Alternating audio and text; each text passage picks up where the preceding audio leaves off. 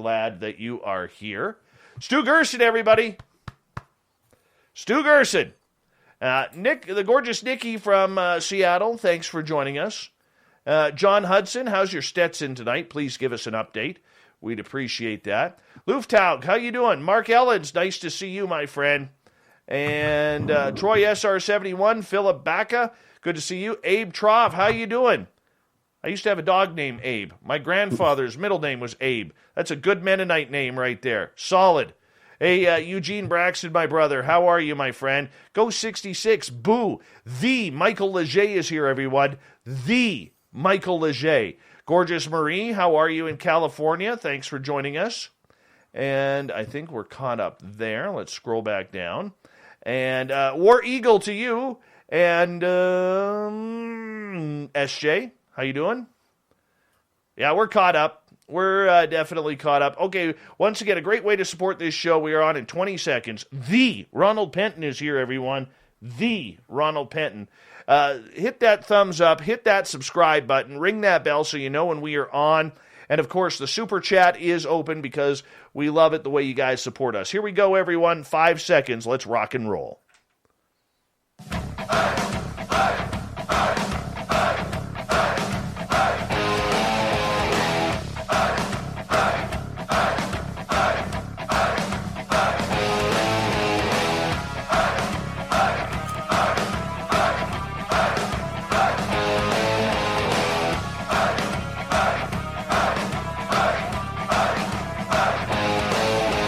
From the mountains of central British Columbia to you listening around the world, this, my friends, is Spaced Out Radio.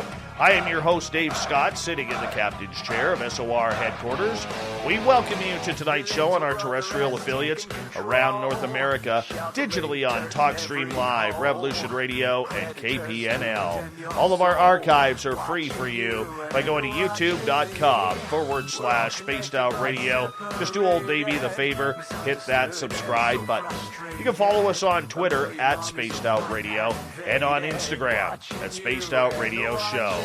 Our website is spacedoutradio.com, where we have a plethora of features for you, including rocking out to Bumblefoot and reading up on Captain Shirk's SOR Newswire. Tonight's show is brought to you by Chive Charities. Help make the world 10% happier by visiting Chive Charities today. You can find them on our website. Blayne Tyler is a Canadian researcher into the myth of Sasquatch.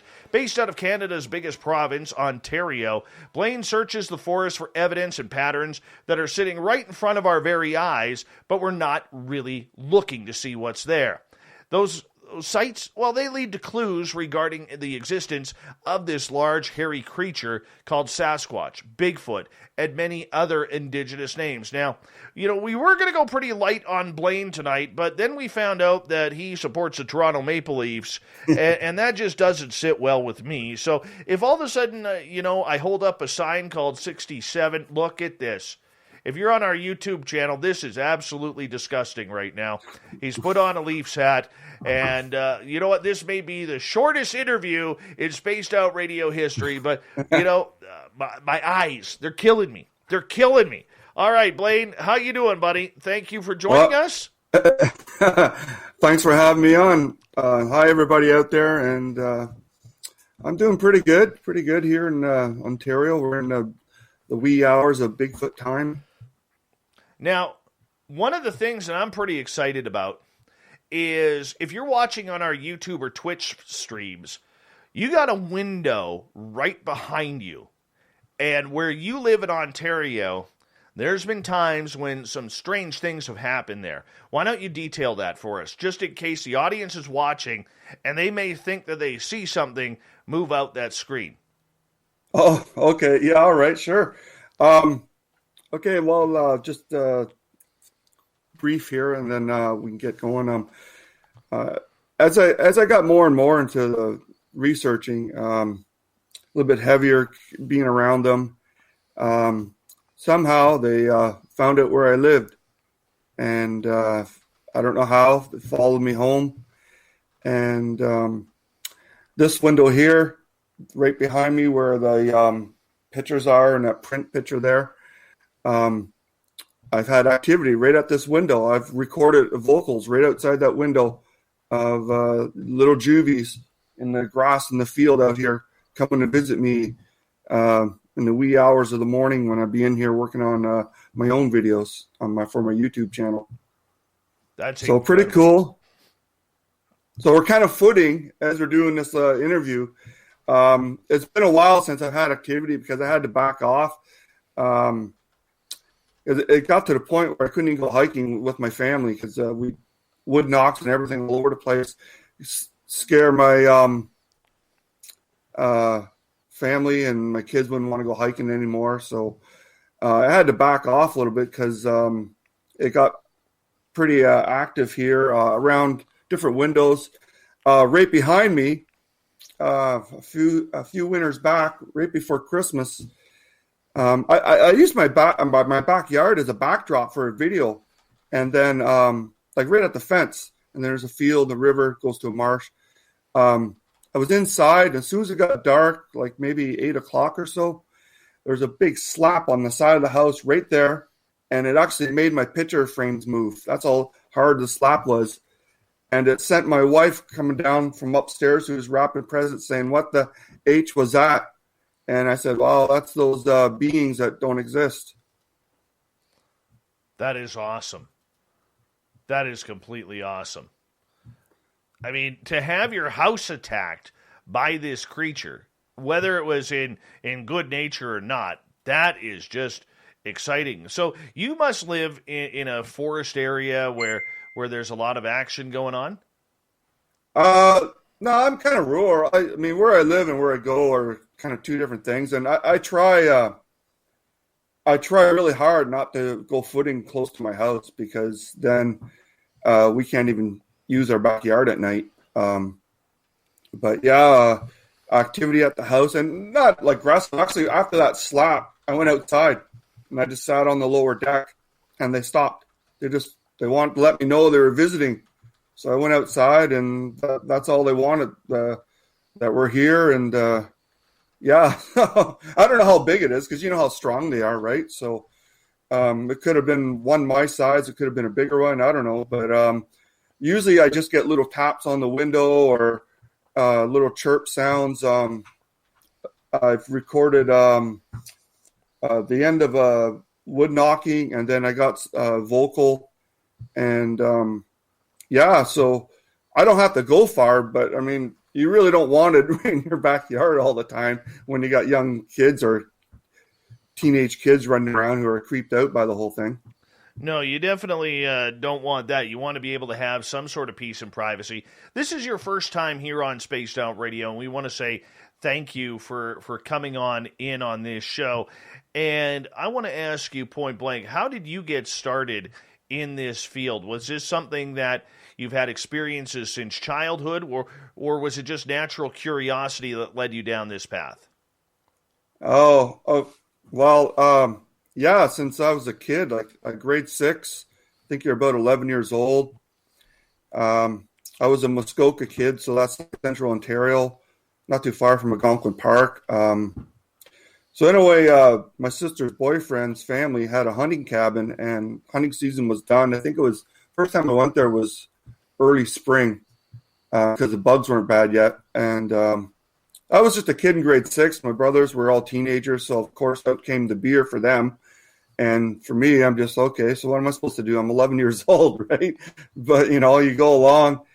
And so they'd sleep in. So every morning I'd just go for a hike or a walk, and I went, the cabin was on the south side of a big pond. And on this occasion, I decided to hike around the pond and follow like game trails, you know what I mean? People, I don't think there was any quads back then. There might have been 3-wheelers, but dirt bikes and stuff. But followed a game trail, left the trail a little bit, seen there's an open area hill, over the hill, went down the hill. And you got to remember, it's morning, so the sun's going into the west side of the sub. So I went down the hill, and I noticed there's all these gorilla-shaped people things that were just kind of hanging around right on the very edge of the scrub.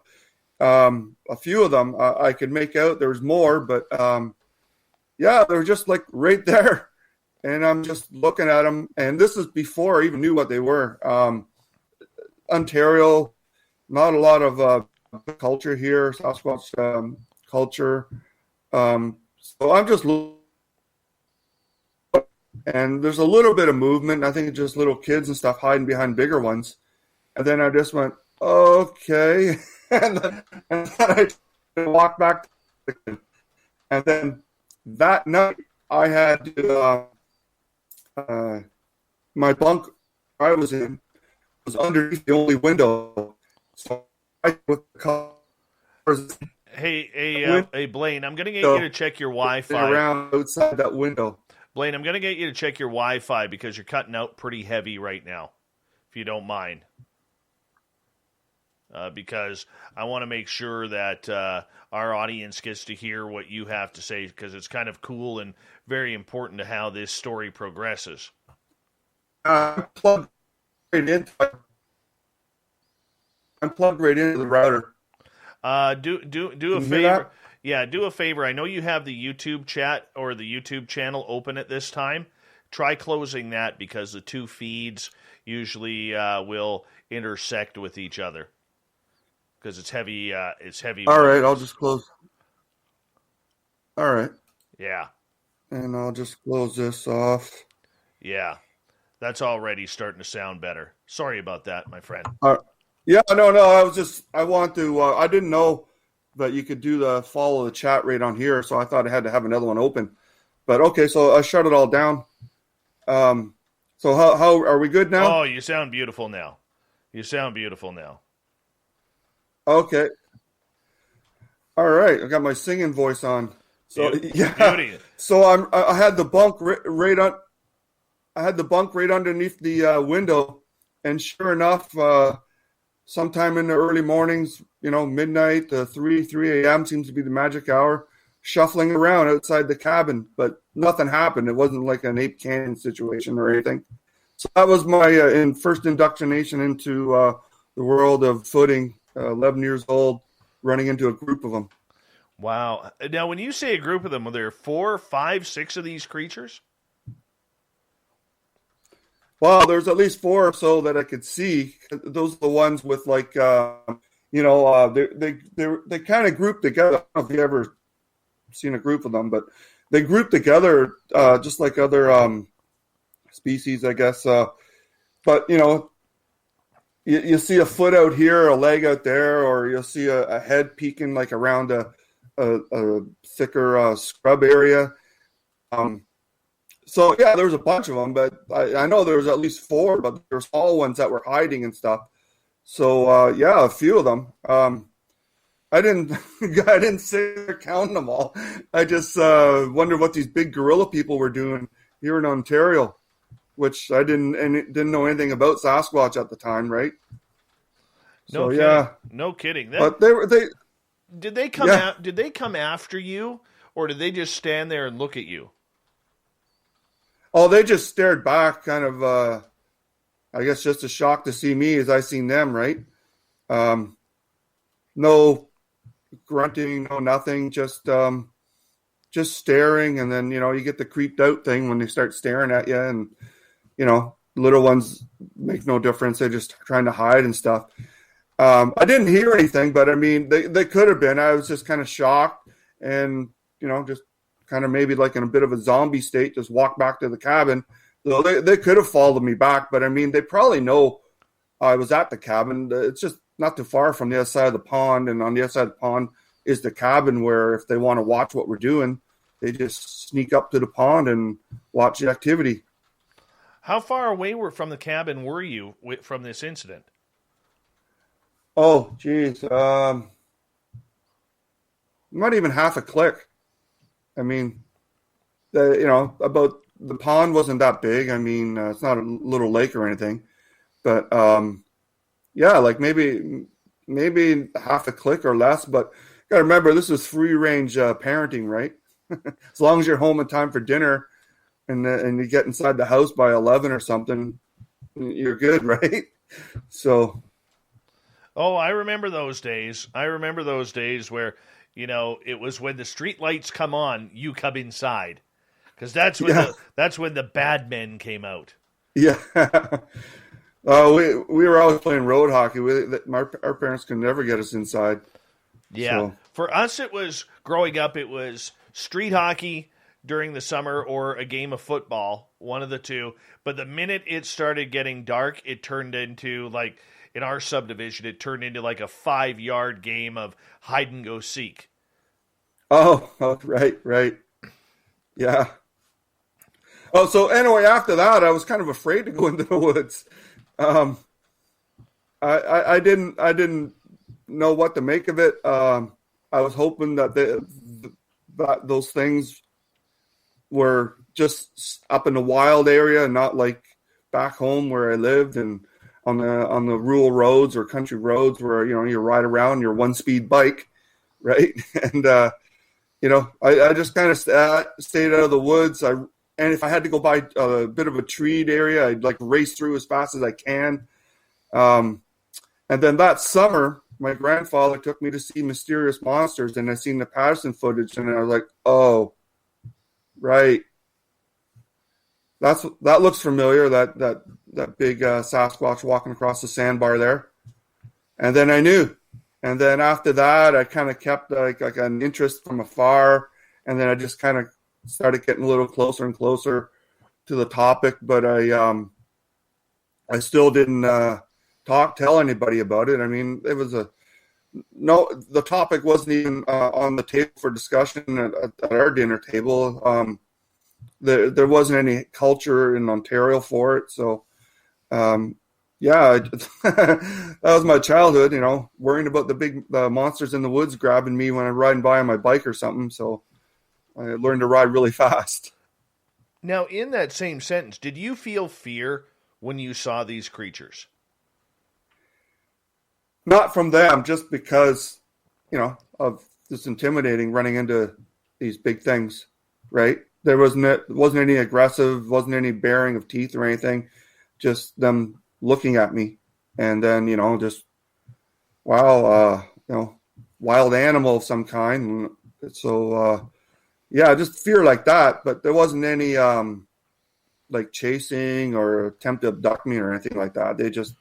They were just as shocked as I was that I stumbled into their little area where they were catching some morning rays to warm up, probably. And you mentioned you were about half a kilometer from your cabin at that point. From them, how far away were you from them? Oh, not that far. I don't know, 100 feet. When maybe less to 100 feet, that'd be 20, 30 yards, something like that, I guess. It wasn't that far. But, there could have been more like around, like closer. But, I just wasn't paying attention until I got almost right on top of them. And then, like, you stop. Also, because the little open area came to an end, but also, and then you're like, well, what's that kind of thing, right? What are those? What are those gorillas doing in Ontario?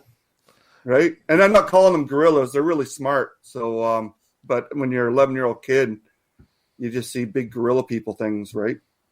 Very true. Very true. So this experience for you is we got about 5.5 minutes before we got to go to break at the bottom of the hour, and Blayne Tyler is our guest tonight. It continued. Like, how did they end up knowing, or when was your next experience after this? Let's put it that way. Oh, wow. Well, I guess experience, if you want to just consider some Class B stuff, would be like branch breaking and stuff like that when I'm, riding by on roads and stuff like that, back closer to home. We lived in cottage country, so there's lots of areas to go that wasn't really inhabited, but just stuff like that. And I kind of steered clear of them because, I didn't really know how to deal with it. So just kept my distance. And then my curiosity sort of started taking over for the fear factor that I had. And then Yeah, just subtle ones like that. Noises when I was camping and stuff like that. I go back up to Algonquin. I've had a few run-ins with them in Algonquin and out west. I had a scary one out west. I mentioned earlier that I was in BC for a while, but I had a scary one out in Alberta encounter by Honeymoon Lake. Honeymoon Lake, actually. I didn't know the name of it. I was just hiking around a lake, big pond, small lake, and counterclockwise. When I pulled in with my car, there was this big sand mound, I guess, from the road crew. Right? They were storing it. So I hiked over it and then started working my way counterclockwise. And so I'm in my early 20s now. I'm out there. I'm working at Jasper Lodge and in Alberta.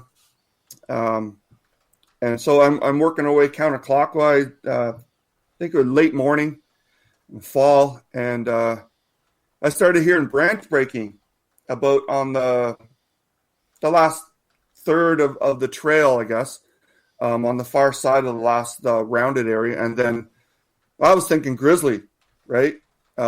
So I picked up my pace, but I didn't start running. Picked up my pace, and then I made it to the mound, got over the mound, got inside my little silver Honda. But instead of taking off, I stuck down. I was watching up through the window. Well, what is this thing? What is it? I was thinking, oh, I'm going to feel like a fool if it's just like a coyote or something, right? But so there I'm watching, and then this big dark head, about a split second, about the size of a beach ball, looks up and looks down, all in like maybe not even a second, maybe half a second. They're so fast. And then my jaw just dropped because, big shaggy haired, dark creature, dark skin. Didn't get a look at the face. Might have been a little bit lighter on top, but I don't know if that was just the sun hitting it or something like that. And this thing was huge. His head was huge. And I've seen them, now that I have experience, I've seen how big an 8-footer head is. And this thing was at least maybe a 10-footer, just the size of its head proportion and everything like that. And so then I got out of there and I drove back to the lodge all in shock. And I think I was a little depressed after that because I stopped. I got in trouble at work for not showering and stuff because I was still kind of suffering from that, seeing that thing only like the length of your hood of your car, and then maybe a 10-foot wide mound, and then this big thing peeks over it at me in the car. So that was the next big head-on encounter, other than all the little soft encounters of branch breaking and stuff. And that was in 91. Goodness. So literally you have had luck with seeing this creature right across Canada. And do you think it's almost destiny that this is what you're supposed to do, that you have some sort of spiritual or some sort of connection, worldly connection to them? I don't really have the full answer, but yeah, a connection of some kind. Just in layman's terms, they tagged me at a young age, and whenever I'm in the woods that are under certain situations, it's like I pop up on the Bigfoot radar. And when I was really heavily into it 5 years ago, and I've had some injuries, but I'd be like in a public park and I get wood knocking just as I'm leaving the park, right behind me, and in a public area, like there's like a good sized town, 2 minutes away. And they find me wherever I go. I got another. I know we're coming to the bottom of the first half hour, but I can't explain it. I just know they can do it because it's happened to me so many times. And I'll tell you one encounter that's going to freak you out about Algonquin Park. My next major run in them at the park. Well, I know. Well, let's hold that for Algonquin Park, and then we will get into that a little bit more here as the night goes on, because this is going to be a very, very good story tonight, as Blayne Tyler is our guest. He's a Canadian Sasquatch researcher based out of Ontario. Apparently, we're not supposed to prejudge him for being a Toronto Maple Leafs fan, even though they haven't won the Cup since 1967. We'll be back with more Spaced Out Radio right after this with Mr. 67, Blayne Tyler.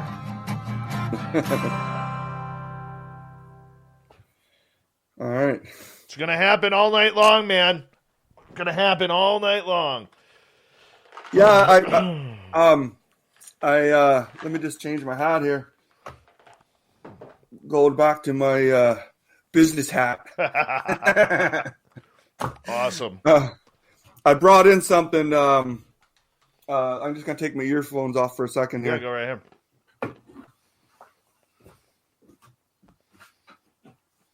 Mike in Manitoba, that's exactly what I thought. Ooh, what we got here?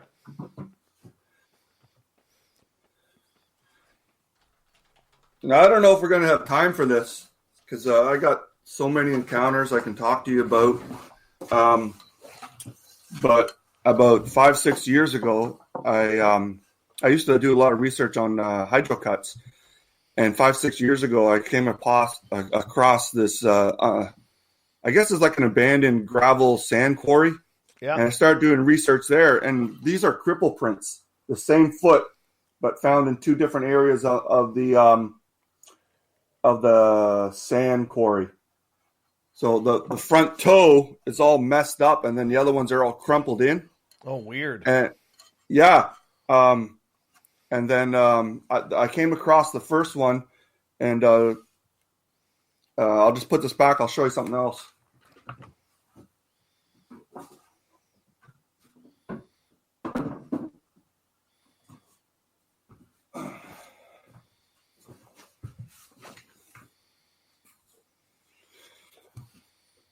I don't know if you can see that. There's a reflection there.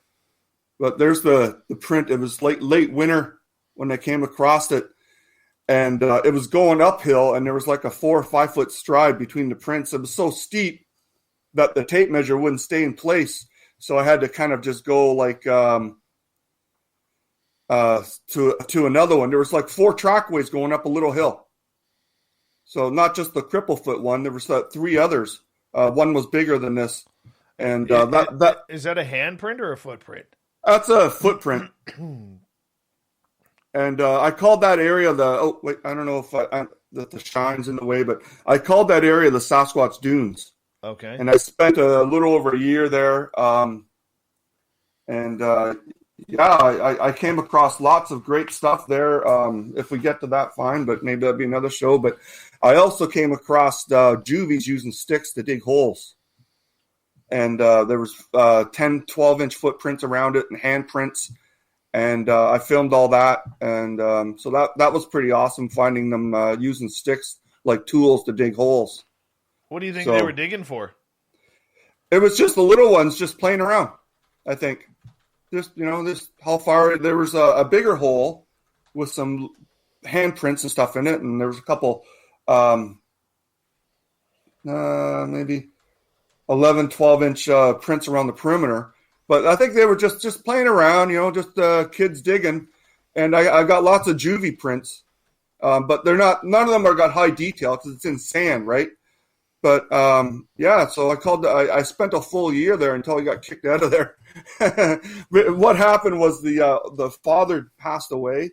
So it sat empty for a while, and then the sons took it over, and then there was activity there, and I kind of got chased off. So, but Duke wanted me to mention this. While I was in there doing some research, I found prints, 14, 15 inch. And when I was talking about them, I did a blind pan.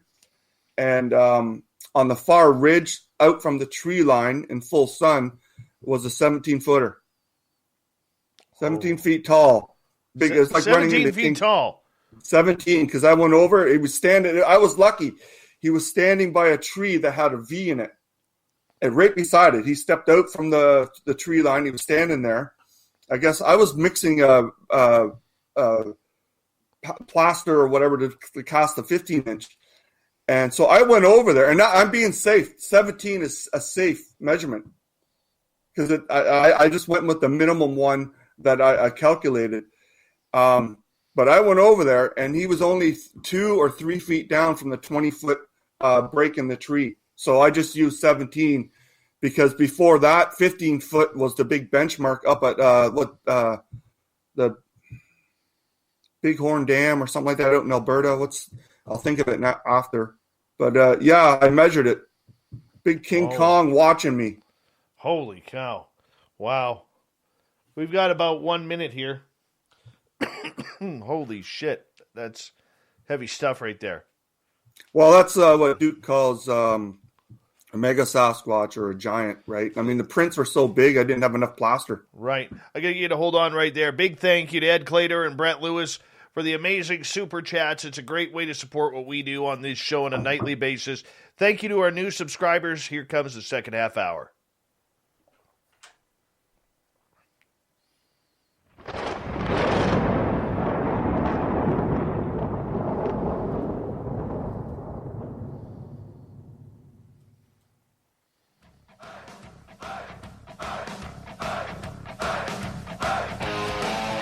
Second half hour of Spaced Out Radio is now underway. My name is Dave Scott. Thank you so much for taking the time to join us. We really do appreciate earning your listening ears. Want to remind you that if you miss portions of this show or others, check out our free archives by going to youtube.com/Spaced Out Radio. Just do us the favor, hit that subscribe button.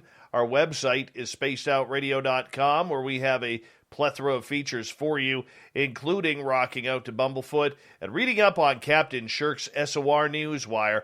Follow us on Twitter at Spaced Out Radio and on Instagram at Spaced Out Radio Show. Canadian Sasquatch researcher Blayne Tyler is with us tonight, and we are talking Sasquatch all night long with his incredible encounters from coast to Ontario and everything west in between. And Blayne, welcome back. Oh, thanks for having me on. You're going to get into a great story that you experienced at Algonquin National Park. So for people who may not know where it is, let us know. Okay, so Algonquin is a huge provincial park in north central Ontario. It's one of the older parks we have in Canada. I guess it's a reserve for animals. You can't hunt there or anything. The bottom part, Highway 60 corridor, is designated for camping off, out of your vehicle, and then there's a whole bunch of interior camping. So, but I used to go to these couple of spots that you could drive in on these corduroy dirt roads, and you get the feel of interior camping without having to lug a canoe around and all that, because, I had kids at one time, and then later on, beat up from my hockey days and stuff like that, carrying a big steel canoe over my head. It didn't seem like enjoyable, but so yeah, okay. So I'm there camping like 7 years ago, maybe more. On this particular time, it's just me and my wife, and at night they have an outdoor theater, like educational programs, nature programs, stuff like that, right? So we left a little early, maybe see some animals on the road, moose or something like that. But so we got there too early. So she pulled out a book, and then I jumped in the car and just went down the road a little bit. There was a creek where the canoers, they go by, and I think there was a portage where I was. So I'm taking some sunset pictures, and I notice on the other side of the creek, there's Sasquatch right on the peninsula, watching the canoers, and at this time, watching me. So I noticed that they were there, and I didn't run away, and I could see them, and I guess that got their attention. And then, so it was getting dusk, so I had to get back to watch the show with my wife. I didn't want to be in trouble for the rest of the weekend. And then this is where it gets interesting. The outdoor theater is on the west side of the park, like an hour's drive from where the road I take to go 20 minutes in from Highway 60 to Site B of the two campgrounds, right? So we get back and go to bed, whatever, little fire, go to bed. At 3 a.m., they found me at my tent and woke me up with mind speak, like a scream, just me. Because I went out in the morning next day and said, "Did you guys hear that scream? Did you hear that scream?"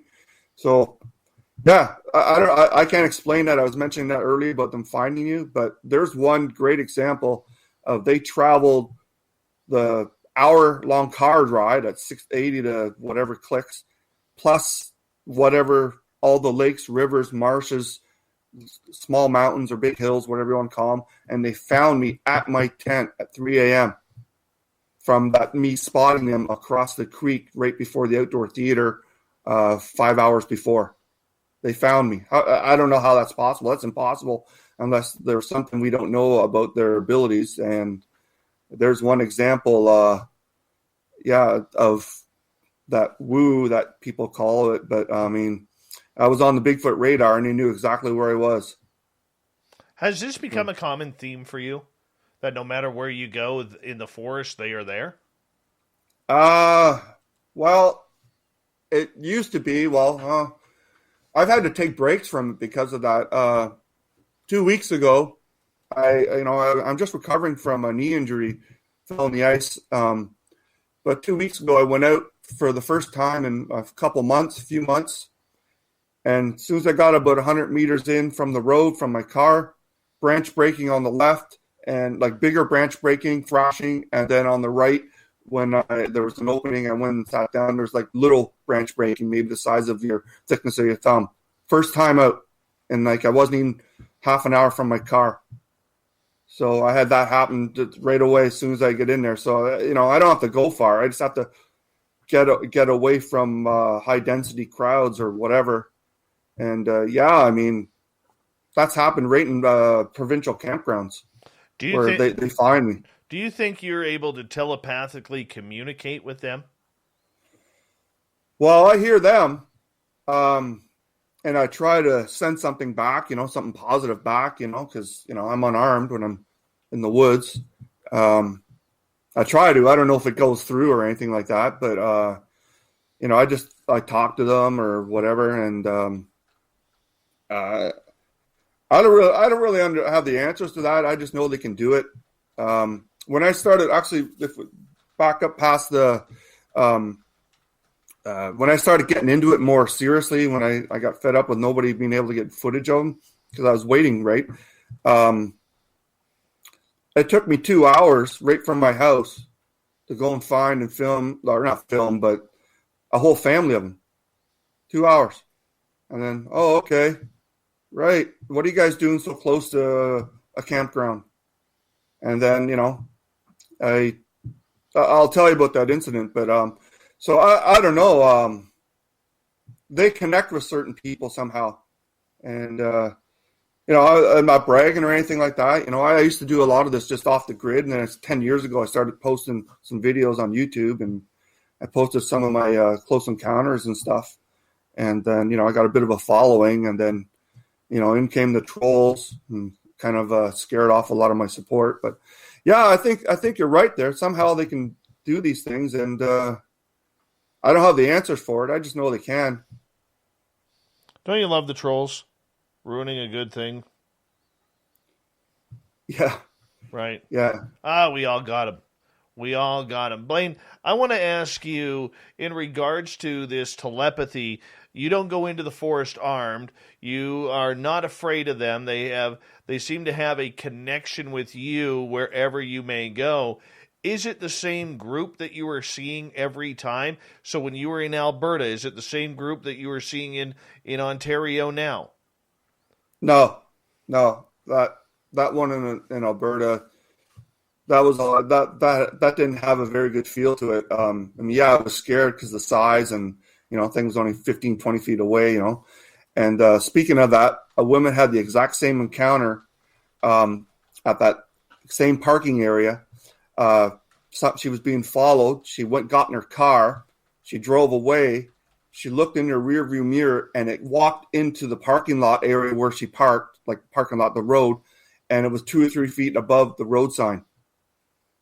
So at the exact same area, probably the same pond and everything, same encounter, except she was smart enough to leave, and I thought my car would protect me, but no. So yeah, I mean, I've had a lot of encounters, and I usually I don't post I had so many subtle encounters. I don't even like try to record it or anything like that. Branch breaking, and I've heard them vocalize. I've heard them speak English too. I'll drop that on you. When I was researching at a hunting camp, I was talking to a guy just out, I was probably trespassing, but I started talking to him and I told him what I was doing. And then, I just took a chance and I said, "Oh, do you want to see a picture of one?" I got pictures right on my phone. And he goes, "Sure." So I showed him a picture of two, a black one and a gray one that I caught. I had to double back to catch them when I went by a shelter area. And, they were faded out or whatever. And then when I doubled back, I caught two of them. One was my size. One was a little bit smaller, maybe a 5-footer. And then I showed him that picture, and he goes, "They're real," the whole shock thing. And then he was afraid to use the outhouse, right? But so yeah, I said, "Well, so can I snoop around your property to see if you have any activity here?" He goes, "Sure." And I was working there, researching there in daylight. This happened right at dusk. And I was talking about one that I thought I got a picture of one. I'm pretty sure I got a picture of one on the other side of this kind of a marshy area. It was on like the hill, and I'm on this side on the path. And then I heard just bombarded with vocalization. It was a mimic. It was bigger. It must have been an adult just by the power of it. It was fast, choppy, and very deep. And what it did was it repeated the conversation of two hunters talking to each other, but it mixed both all of it together. Like it was like one long speech coming from one person instead of two people talking, pause, wait, and all that. It mixed both dialogues together, and it was fast. So like, it was right behind me somewhere while I was trying to do a follow up to a picture I got, and so yeah, I heard them speak English or mimic English. So that was a shock. I've heard them talking too, but I got what they call the samurai chatter. I've heard that too. Actually, I've heard that right outside that window there. That is the weirdest thing, man. When you get the samurai chatter going on. Yeah, I don't know if you just heard that. I've had samurai chatter right outside this window. Yeah, that's incredible. But it caught me off guard. I wasn't ready to record it. I was just in here doing something, and maybe I might have played audio of something. And then I turned off my laptop. I got a window right here too. I was closing the window, and then before I got to that window, I got a vocal burst of samurai chatter right through the window. And then I said, "Oh." So for people out there who may not be familiar with it, do us a favor and give us an imitation of what it sounds like. Who, me? Yeah, you. Come on, let's have a conversation. I was hoping there'd be somebody else. Come on. Yeah. It's like two samurai, from a Chinese movie, trying to shout each other down. But this also had the high pitches, like just something like right off of CR Sounds. Yes. So it was a mix. It was a juvie. It didn't have the big baritone from the one trying to speak English at the hunting camp. It was a juvie, and it was just one short burst, and that's all I got. I'm stumbling to get my recorder on, but that was it. The show was over, right? So, but yeah, so I've heard the samurai chat. Oh, but that's pretty creepy cool to hear that, and then obviously it was awesome to hear the language. But the scariest things is when you hear them scream. If they got like a dual pitch thing going on, they can scream in both high and low tones at the same time, and I've heard that. So you don't want to hear that at night when you're all by yourself and not even a fire or anything like that. But I've heard that in the daytime. The one time I heard it, it was in the fall of 2013, and it was on my friend's 10-acre property in the backwoods of Mission, British Columbia. And we were doing they had a lot of paranormal activity. We were doing what we call the perimeter walk around there.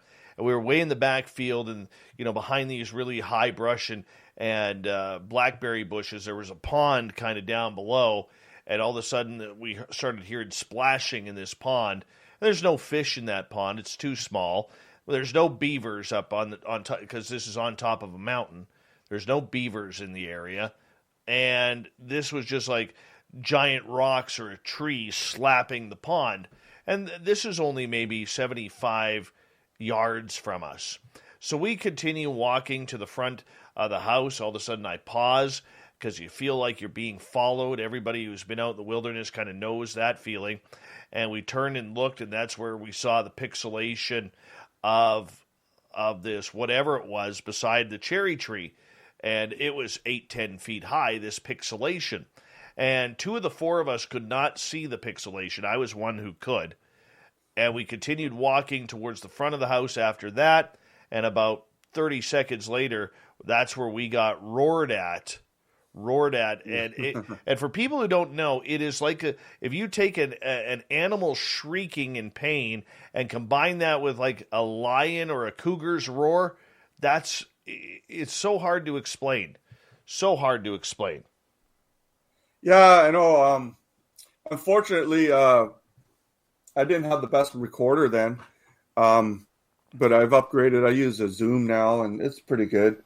But I used to miss out. At first, I didn't have an auto recorder, and then I got a little crappy conference one, and then that didn't catch anything. I mean, you could shout at it outside; it could barely record your voice, but you don't know, right? You're thinking, oh well, it's so. I had more eyesight encounters than I did vocalizations.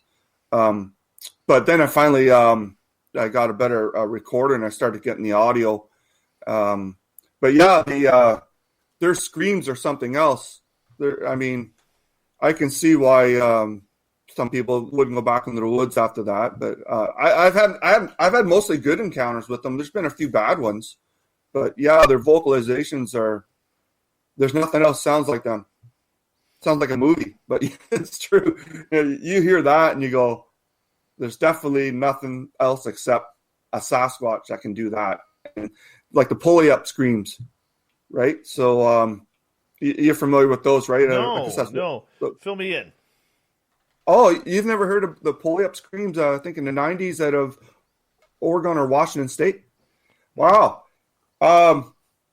Okay, yeah. These people, they're hunting camps, not hunting camps, I think just cottages or, cabins and stuff. And for 2 nights in a row, they could hear this screaming down the canyon. And then finally someone said, I'm going to record this. And I don't know if it was a cassette tape or something and a mic, but just scream burst, for like hours, 2-3 hours in the middle of the night, like at 3 a.m. It was so scary that most of the people packed up and left. Hearing this big creature with these lungs the size of King Kong or something, being able to hold that scream note for 30 seconds to a minute each time, each burst. And even the Rangers or something were hearing it. But yeah, the pulley up screams, I think Washington State, maybe Oregon. But yeah, I've heard that scream, but just not like so many consecutive. You usually just hear one. So, but yeah, that's pretty scary stuff.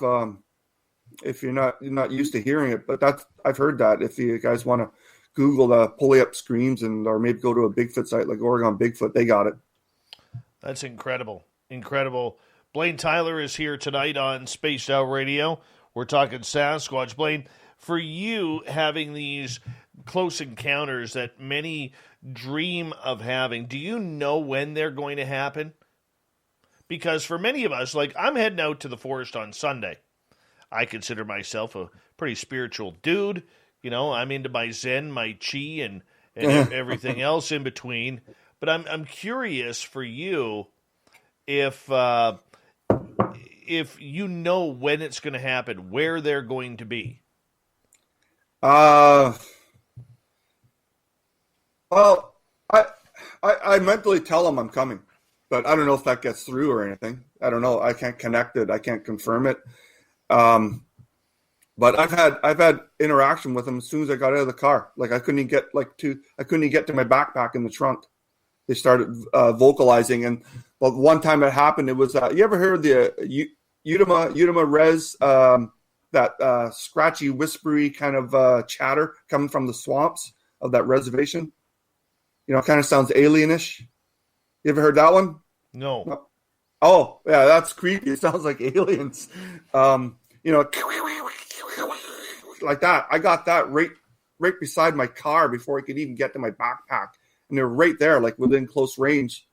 And so I didn't even have to go into the woods that day. I just sat on the hood, and they're right there by my car somewhere.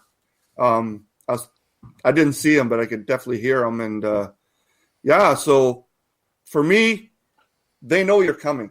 Like, I get a big kick out of the out of the hunters and stuff. I'm gonna go hunt Bigfoot. I'm gonna be able to sneak up on him.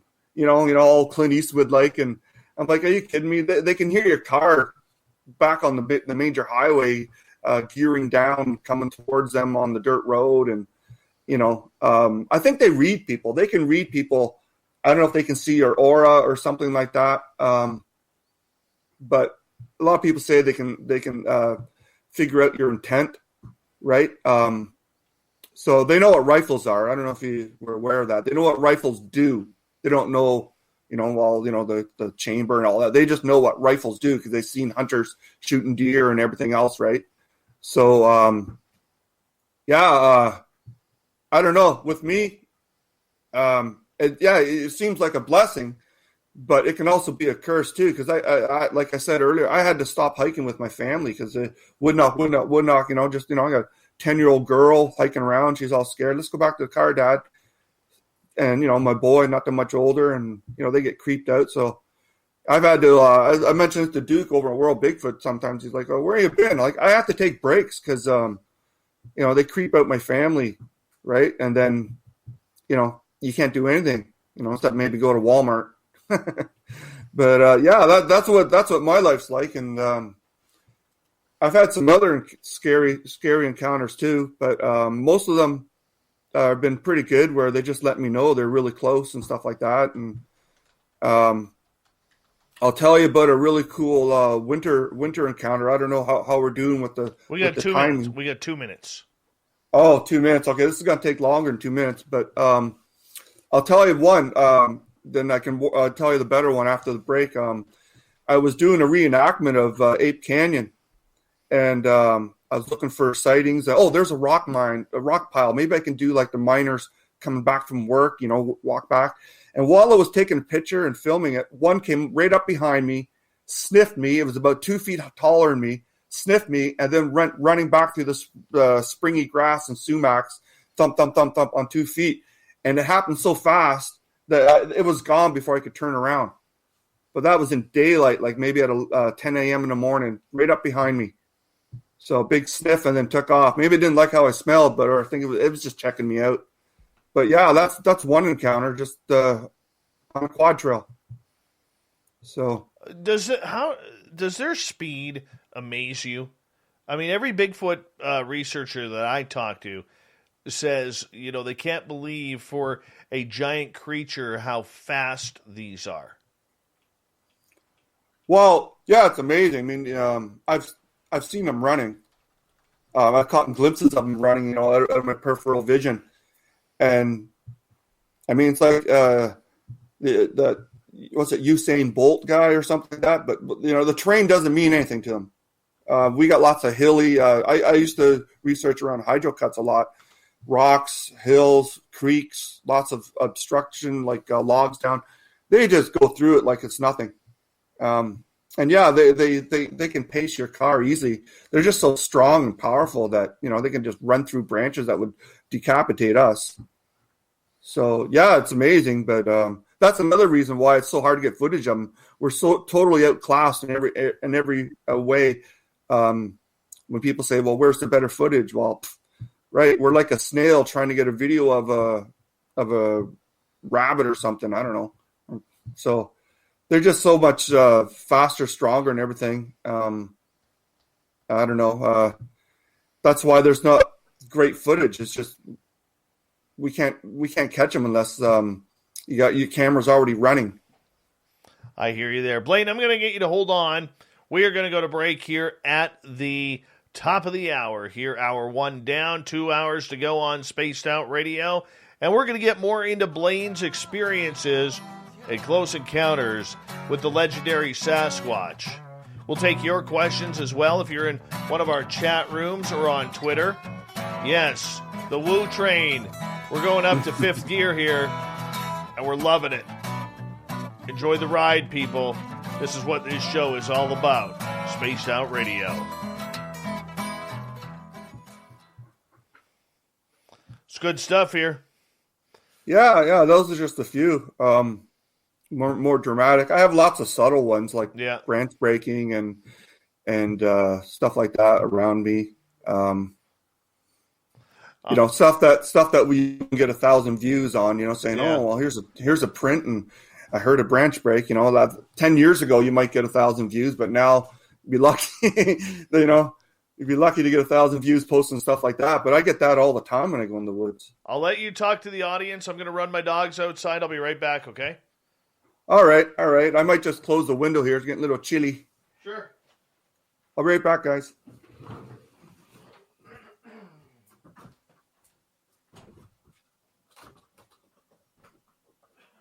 Okay.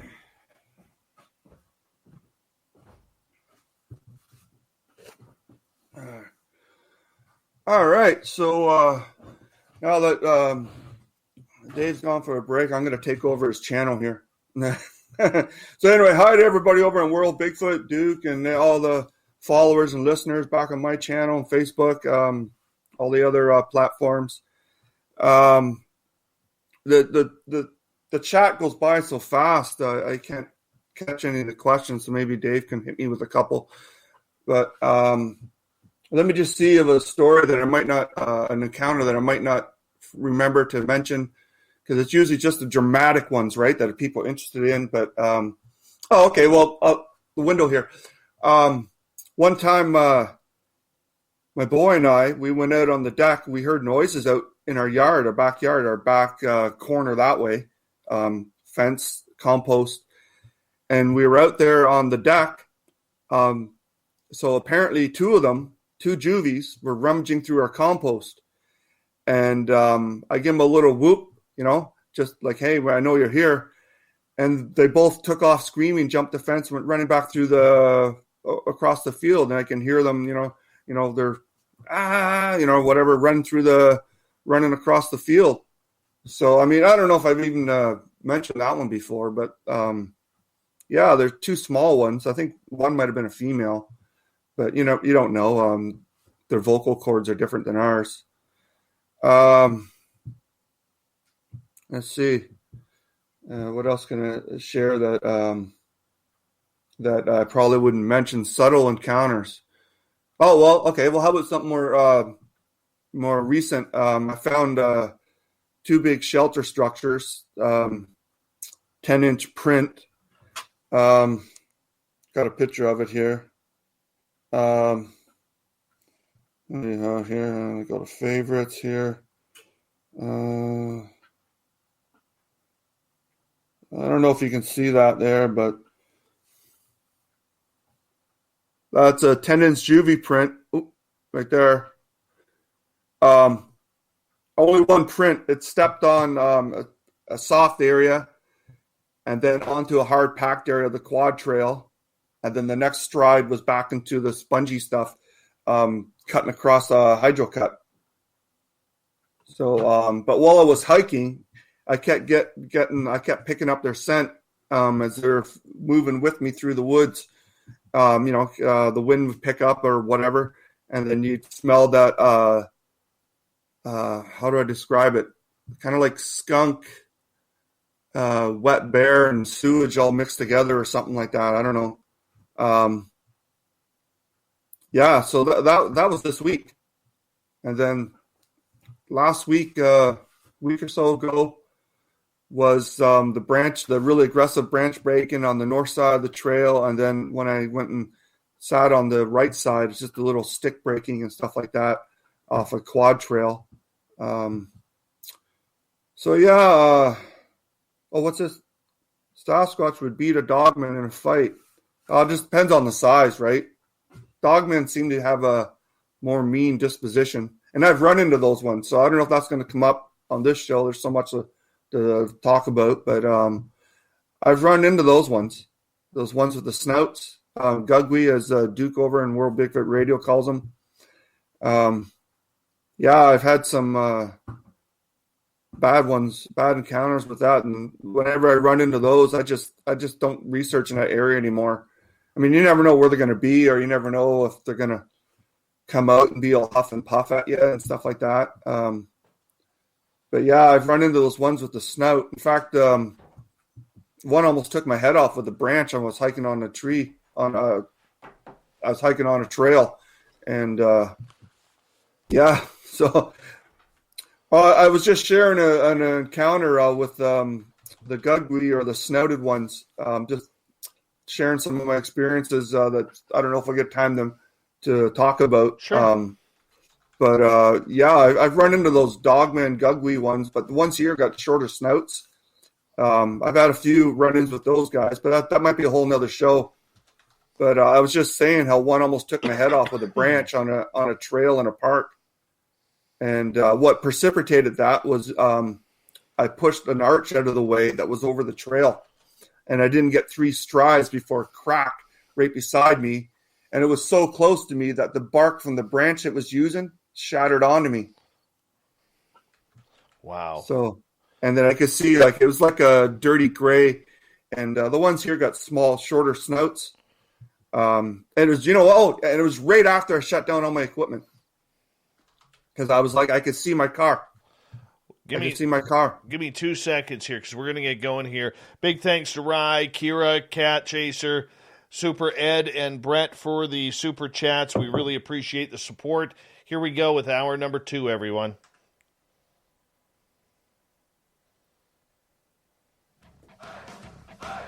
You're listening to Spaced Out Radio with Dave Scott. Follow Dave on Twitter at Spaced Out Radio and on Facebook, Spaced Out Radio Show. Here we go with hour number 2 of Spaced Out Radio tonight. My name is Dave Scott. Thank you so much for taking the time to join us. We really do appreciate earning your listening ears wherever you are on this beautiful planet we call Earth. We want to say thank you to everyone tuning in on our terrestrial affiliates around North America, digitally on TalkStream Live, Revolution Radio, and KPNL. All of our archives are free by going to youtube.com/Spaced Out Radio. Just do old Davey the favor, hit that subscribe button. The Desert Clam has set the password for tonight in the SOR Space Travelers Club. Set a couple. Set a couple is your password. Use it wisely, Space Travelers, as the Clam sets a password each and every night right here on Spaced Out Radio. Our website is spacedoutradio.com, where we have a plethora of features for you, including rocking out to Bumblefoot and reading up on Captain Shirk's SOR Newswire. Follow us on Twitter at Spaced Out Radio and on Instagram at Spaced Out Radio Show. We continue on tonight with Blair Tyler. He's an experiencer of Sasquatch, and I'll tell you, these stories are surely fascinating. Blayne, welcome back. Well, thanks again. And again, hello, all the listeners of Spaced Out Radio and other platforms like MeWe and Duke's group over in World Bigfoot and back on YouTube with my channel. A lot of these videos are on my channel, not every one. Some of these encounters happen so fast, you're not prepared. That's the other thing about trying to get evidence. They're just, crack, bang, and whatever happened and then it's done. And you're like just turning on your recorder, or you're trying to get your video camera to wake up, and they're done. That's why Roger Patterson with the old school, he had a slight advantage there because you just on and it's running. Right now we got to wait for our computers to wake up and our laptops and our video cameras and all that. But so I left off. I was doing the reenactment of Ape Canyon, and that big one, I think it was a female. I think I had a female admirer, because that wasn't the only time it came up behind me. Another time in the winter, I was hiking, not that trail, but one, I guess more on the west side. And it was in winter, and the sleds, snowmobiles went over the trail, and the trail was like packed soft. So, you ever hike on those, you have to keep your momentum going because it's like, it's not hard enough for you to walk on, but it's too soft and you have to kind of plow your way. So anyway, I'm trucking in, not even 20 minutes. And I'm pumping my arms to try and keep some momentum. I got a backpack on. And then with my left arm, I swing back and I punch a leg that's standing right beside me.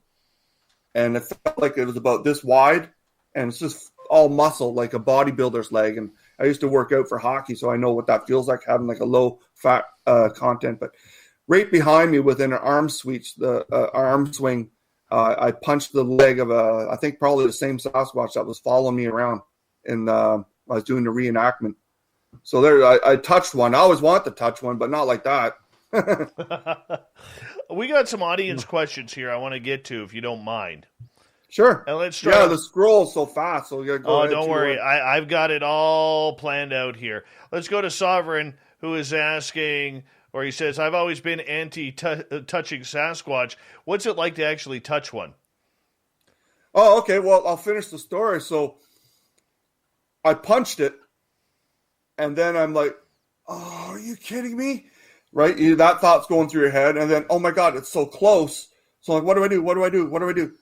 And then so I look at my hand, I go, oh, there's something wrong with my hand. I just punched something solid, right? I didn't know what to do. I've never had that encounter before, so I just kind of played stupid. I didn't want to look at it because I didn't want to see an 8-foot-tall Sasquatch 2 feet away from me. So, but after I punched it, I was just about to come up, and I think that's why it did it right there, because there was a clearing coming up. And then on the clearing on the right, there was a log. So I went over, and I sat down, and I was kind of stunned for a while. I don't know what happened. I just kind of zoned out, and I was just staring at the ground. And not just because of the encounter that just happened, but because I realized why my camera was turning off. They've been standing right near me. I've had literally on-off battles with them, try to film on, and the camera turns off, turn on, off. And then one time, I guess I got fed up with me turning it back on. It actually closed the viewfinder on my camera when I was trying to film them near their shelter. Oh, wow. So, yeah. But anyway, yeah, it freaked me out punching one. I was thinking, you reach over and you touch one or something like that. Not like a punch, but I guess that's pretty much how it has to happen, is they initiate it. It came into my space to let me hit it, and that's the same area that they threw a rock right over the bow when I was hiking. Almost identical area. Yeah, same part. I was hiking along, and this rock didn't hit me. It went sailing and hit the tree like 3 feet in front of me. That's the exact same area. Yeah, now that I think of it. So yeah, it was freaky, but I mean, yeah, I always want the touch one, but you kind of like want the more they call it the romantic kind of setting, right? You touch one on the arm or the hand or something like that, or whatever scenario. You don't want to like be punching one, because then you're like, well, is that aggression or something like that? But yeah, it purposely strode into my hand so I would hit it. So that was a major freak out, and I think I had after I came through looking at the ground, I didn't care. There could have been a dozen of them standing in the field. I could have seen a beautiful trackway. I just went back to the car and left. It was too much. I was overloaded. I just left. It was too much. I bet. All right, let's move on to another question. Eric with a K wants to know, what about skinwalkers? Have you ever ran into them? And we always try and get Eric with a K's question in because we're his 4th favorite show in the world. We're number 4. We're number 4. Yeah. Exactly. Adult skinwalker, like a shapeshifter kind of thing? Yeah. I don't really know, because I've seen some weird stuff, and I filmed some weird stuff I didn't have I didn't know how to explain if I were to post it. Whereas like a half a Sasquatch sticking out of a tree, and then the rest of the body it's invisible, kind of thing like that. But I mean, shapeshifter changing, I don't know, unless they change into Dogman Gugwy thing or something, but which I've run into. I was telling your listeners in the break that I've run into those. Those ones are mean, and whenever I run into those ones, I just don't research in that area anymore. But no, I don't know. But maybe, I don't know. I got my hands full with just the class 1s. And yeah, so I couldn't answer that, because I mean, I wouldn't be able, unless I seen it changed shape or something right in front of me, then I'd have an answer, but I haven't, so I don't. All right, let's move on to Randy Spurl's question. He is asking, what differentiates all of these different creatures? They are so similar, but just a genetic trait of something different. I think they're inbreeding. There's hybrid ones running around. That's why, you got the Beast of Seven Shoots with the snout like that, and then there's ones here with the shorter snouts. So they're mixing with they're mixing. But yeah, I don't know. The ones with the snouts seem to be more lankier or leaner or something. They don't have the sheer bulk of a class 1 patty type Sasquatch. The ones with the snouts and everything seem to be like just more lean, like almost like a basketball player kind of lean versus like a wrestler kind of class 1 size of bulk. So, but also their demeanor is different. The ones with the snouts, they just seem even far removed from the human element, right? So, and you can sense that when you run into them. When I run into them, there's very little human element left in that creature. Where you run into the patty ones, which I have, big females, and as long as the situation is right, you can see that that they don't mean you any harm. They're just because of their size and sometimes their appearance, they're just intimidating. But I don't know. Other than that, just saying that I think they've been inbreeding for quite a while. All right, follow up from Randy, who is asking, Blayne, what do you think Bigfoot is? Well, I think they're their own species. I don't think they're Neanderthal or anything like that. They're a people of unrecognized people. They're not an animal. They're not the gorilla. And actually, speaking of that, I had some good debates when Dr. Bindenagel came to my house. I showed him some footage of a family, that family, some pictures and stuff. One of a guy looking over a ridge at me. I sent that picture in. I don't know if you got that one, but he came here and I had some debates with him because his book, his Sasquatch books refer to them as I think apes or something like that, which I tried to debate that with him. He didn't want to really get into it. But I'm like, they're not apes. They're really smart. I mean, I've seen them trying to mimic people building cottages where they've gone out and got branches and tried to do like A-frame kind of structures. I mean, it's all messed up, but they're smart. They're smart. And they're not animals. They're just basically an unrecognized species of some kind of people, ancient people. Cat Chaser wants to know, Blayne, have you ever had a snowball fight with Bigfoot yet?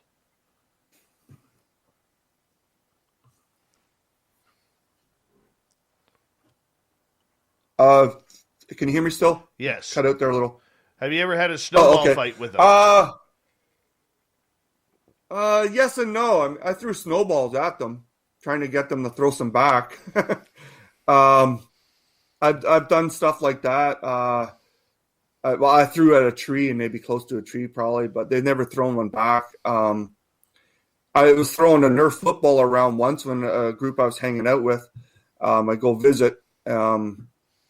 I throw it up in the air and catch it like a dozen times, and then I threw it towards where I knew they were, and I told them, "It's yours. Here's a gift. Whatever." I forget whatever I said. But yeah, with that group, this is the same group that when I first started going looking for Sasquatch, just to see if I get some footage because I was tired of all the hype and crap that you see. That group let me get right in by the shelter and stuff. In fact, I was looking at a young female, but maybe about my size. She had a couple little ones in a kind of a rudimentary shelter. And I guess I was staring at her too long. She had her arm up like this, didn't want to make like direct eye contact with me. But then another one broke a branch like right beside me and like, time's up. Stop staring at the female with the young ones in the shelter. Oh, okay. So then I went around, and I took some food and stuff out of my, peanuts and apples and stuff like that, and I just tried to show intent. I know you're not supposed to feed them, but I don't have a weapon. I'm trying to show intent, especially I'm out there by myself, right? I am not here to hurt you or grab one of your little ones or anything. So I just, I dump food there, and then I just kind of back away from the shelter and go do something else. But no snowball fights, but I've done stuff like that where I've tried to get them to play catch with a Nerf ball and stuff. And then, wow. So actually I guess I should tell you about that encounter that I dropped. So I went out 2 hours from my house. I just said, I bet you they're here. I didn't look at, I don't go by any reports. I've never used anybody else's techniques. I just started with my own from scratch. All the stuff from the 90s and all that stuff is just outdated, you know what I mean, like that. So I just go out and I started, just did what I thought was right, and I treated them with respect, and I treated them that I knew they were intelligent, right? And I never carry a weapon. I had a knife just for like casting and stuff like that, popping prints out. But so I was out hiking on a hydro cut. I had my kid, I think he was grade 8, and his buddy. We're hunting a couple, 2 or 3 mounds in off the road. And then I noticed a big X, like multiple reinforced X. And then, oh, wow. And then I went over back to my kid who was still back on the hill. They were goofing around. And I sent them back to the car on the dirt road. So then I went in for a closer look.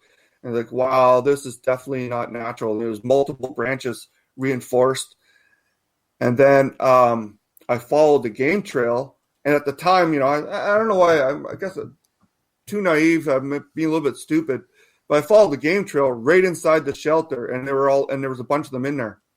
So there was a big dark-haired female like Patty. She was laying, you know how you lay on a couch, like with your arm up like that? But yes. This arm was like propping herself up. She was stretched out. Big black one laying down like that. She had a couple of young ones around her, like little ones, and then there was a couple like 2-year-old ones leaning against a tree, just being really still. There's a huge male in the back that I didn't even want to look at. It was so big that, I thought his legs were tree trunks, but then when I did a follow-up, there's no tree trunks there. And then there was a couple juvies, maybe a dark gray-haired one and a little bit darker one on the other side of this big log that either fell down on its own or broke, and they were kind of hiding behind it. But the gray one was kind of sneering at me, like that, right? It was too close. So there I am inside the shelter with totally unexpected that it would be in use. This is a couple 100 yards in off the road, 100 yards in off the road, a kilometer or 2 down is a campground. And I'm like, oh my God, they're right here. So then I kind of look a little bit, okay, that's nice. And then I'm like, how do I get out of here? Because they're just like eyeballing me up, like intensely watching every single move I make. And so what I did was I pretended I was interested in the break of the big tree trunk. Oh, wow, that's a really cool break. Wow, that's amazing. Must be pretty strong to do that. And then I kind of looking to the left, checking out the woods on the left. Imagine if they had any extended family or other ones, they were intently and watching what was going to be the outcome of this close encounter. So then I'm like, okay. So I didn't turn back. They were on my right. I turned to my left and I walked out. And then I walked back into the hydro cut. And then I turned back and I watched. And they were all peeking through the scrub, watching me. The big female, little ones were more hidden. But then the big male's head kind of pushed through the bush on the bottom, like a couple feet off the ground, and watched me. And then it faded out right in front of me.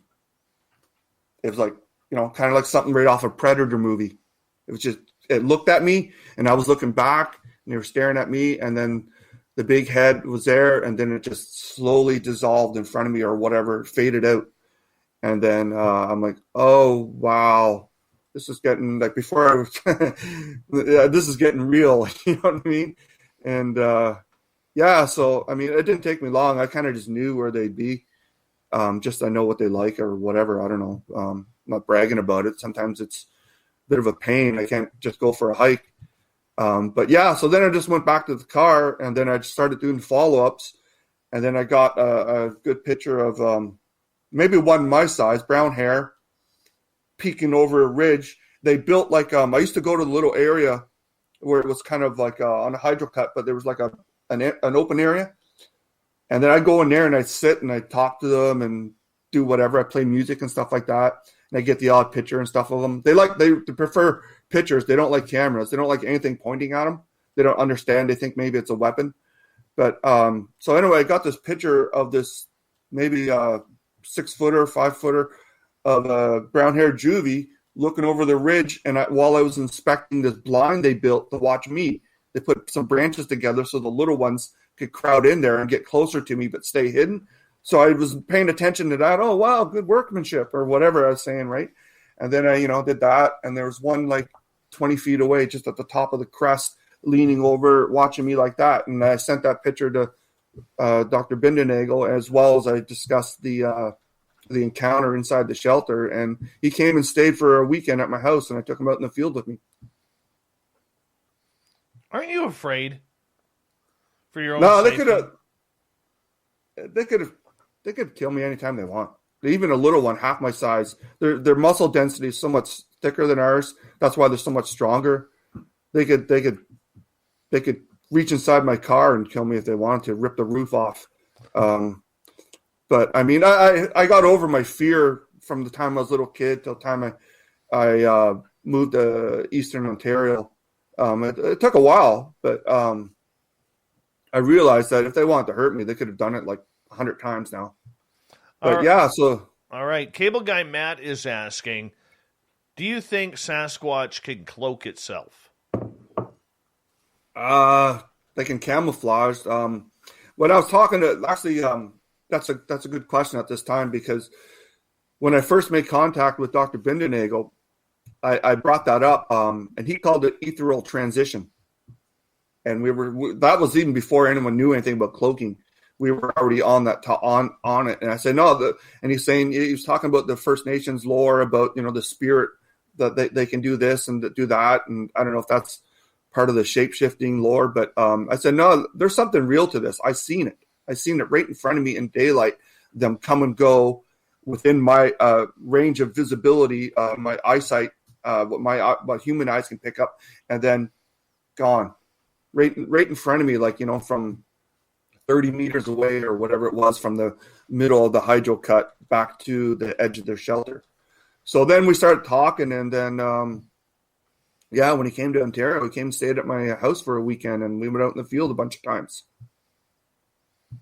That's interesting. What do you think of a lot of the First Nations legends out there regarding this creature? Because it's quite different than what we see a lot of investigators looking for, especially here in British Columbia. Well, I mean, there's a reason it had all that lore, right? They weren't writing it down in books. They told it in stories, and they knew before Europeans came here. I don't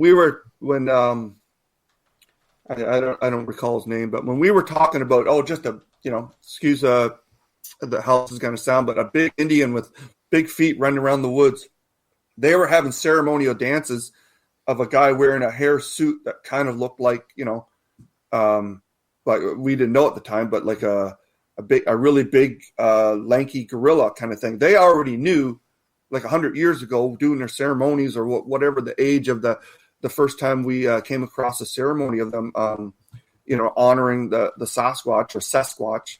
And they already knew, and white people didn't want to pay attention to that. It had to be just a big Indian, right? And then, and then you had all that stuff that happened at Bluff Creek before Patterson got the footage, them terrorizing the road construction crew, and Paul Crew's print, which was after 10 years of them disturbing the area. Once the area was disturbed, after there was like 10 years of territorial battle with the road construction and whatever else was going in that area, that Bluff Creek. But First Nations, they knew all along. We just didn't pay attention. All right, my friend, I'm going to get you to hold on right there, because we are at the bottom of the hour here. We got to take a break with our guest, Blayne Tyler, tonight, talking Sasquatch and his encounters. Your questions continue right after this on the big Spaced Out Radio. What would you do if you came face to face with a Sasquatch? You tell me. Head to our social media sites, Twitter, wherever. Let us know.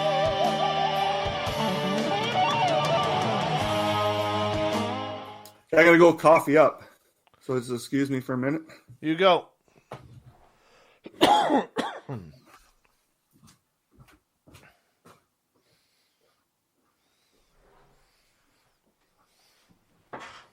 What do you say there, Uncle Duke?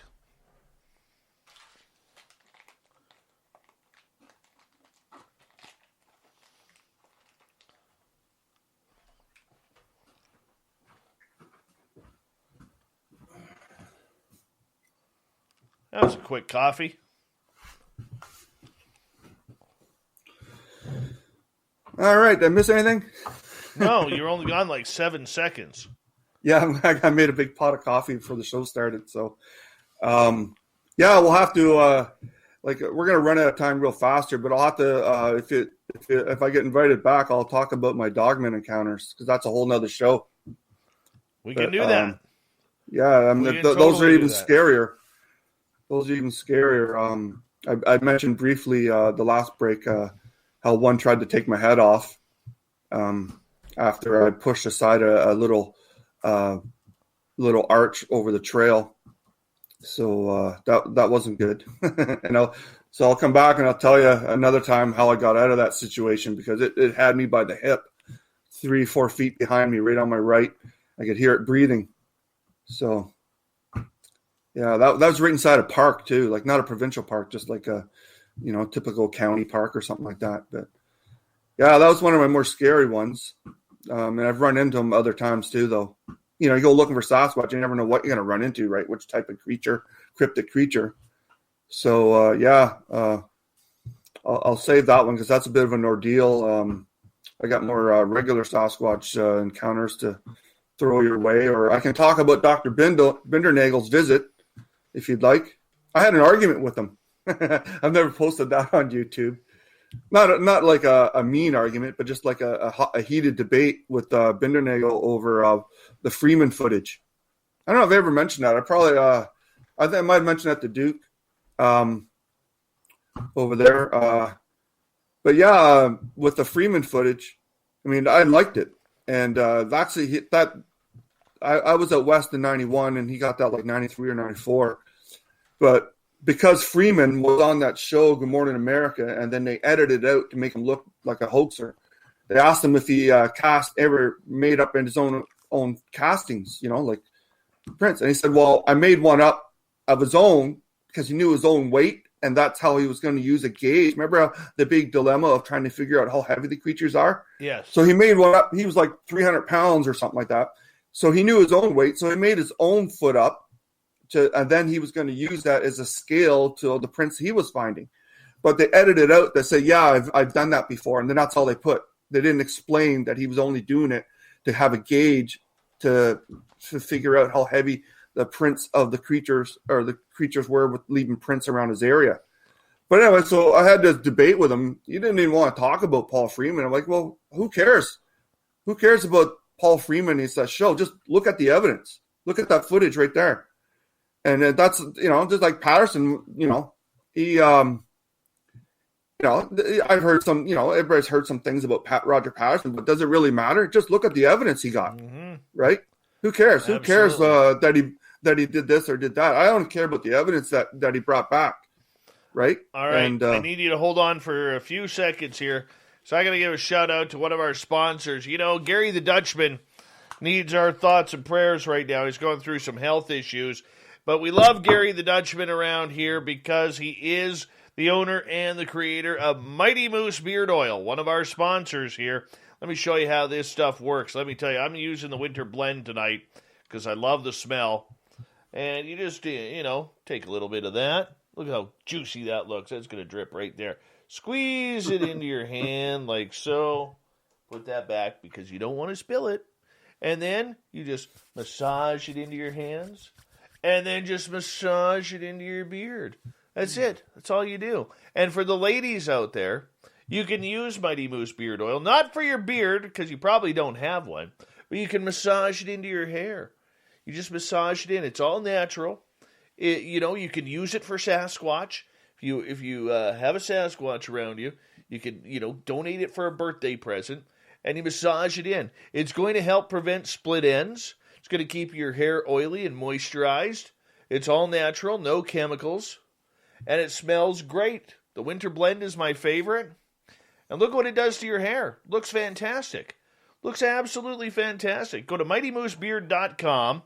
Use promo code SOR 2019, and you got your good Mighty Moose beard. And if you can, send Gary the Dutchman some thoughts and prayers. He's going through some health issues right now, and we want to support our guy with the big beard oil. MightyMooseBeard.com. Here we go, everyone.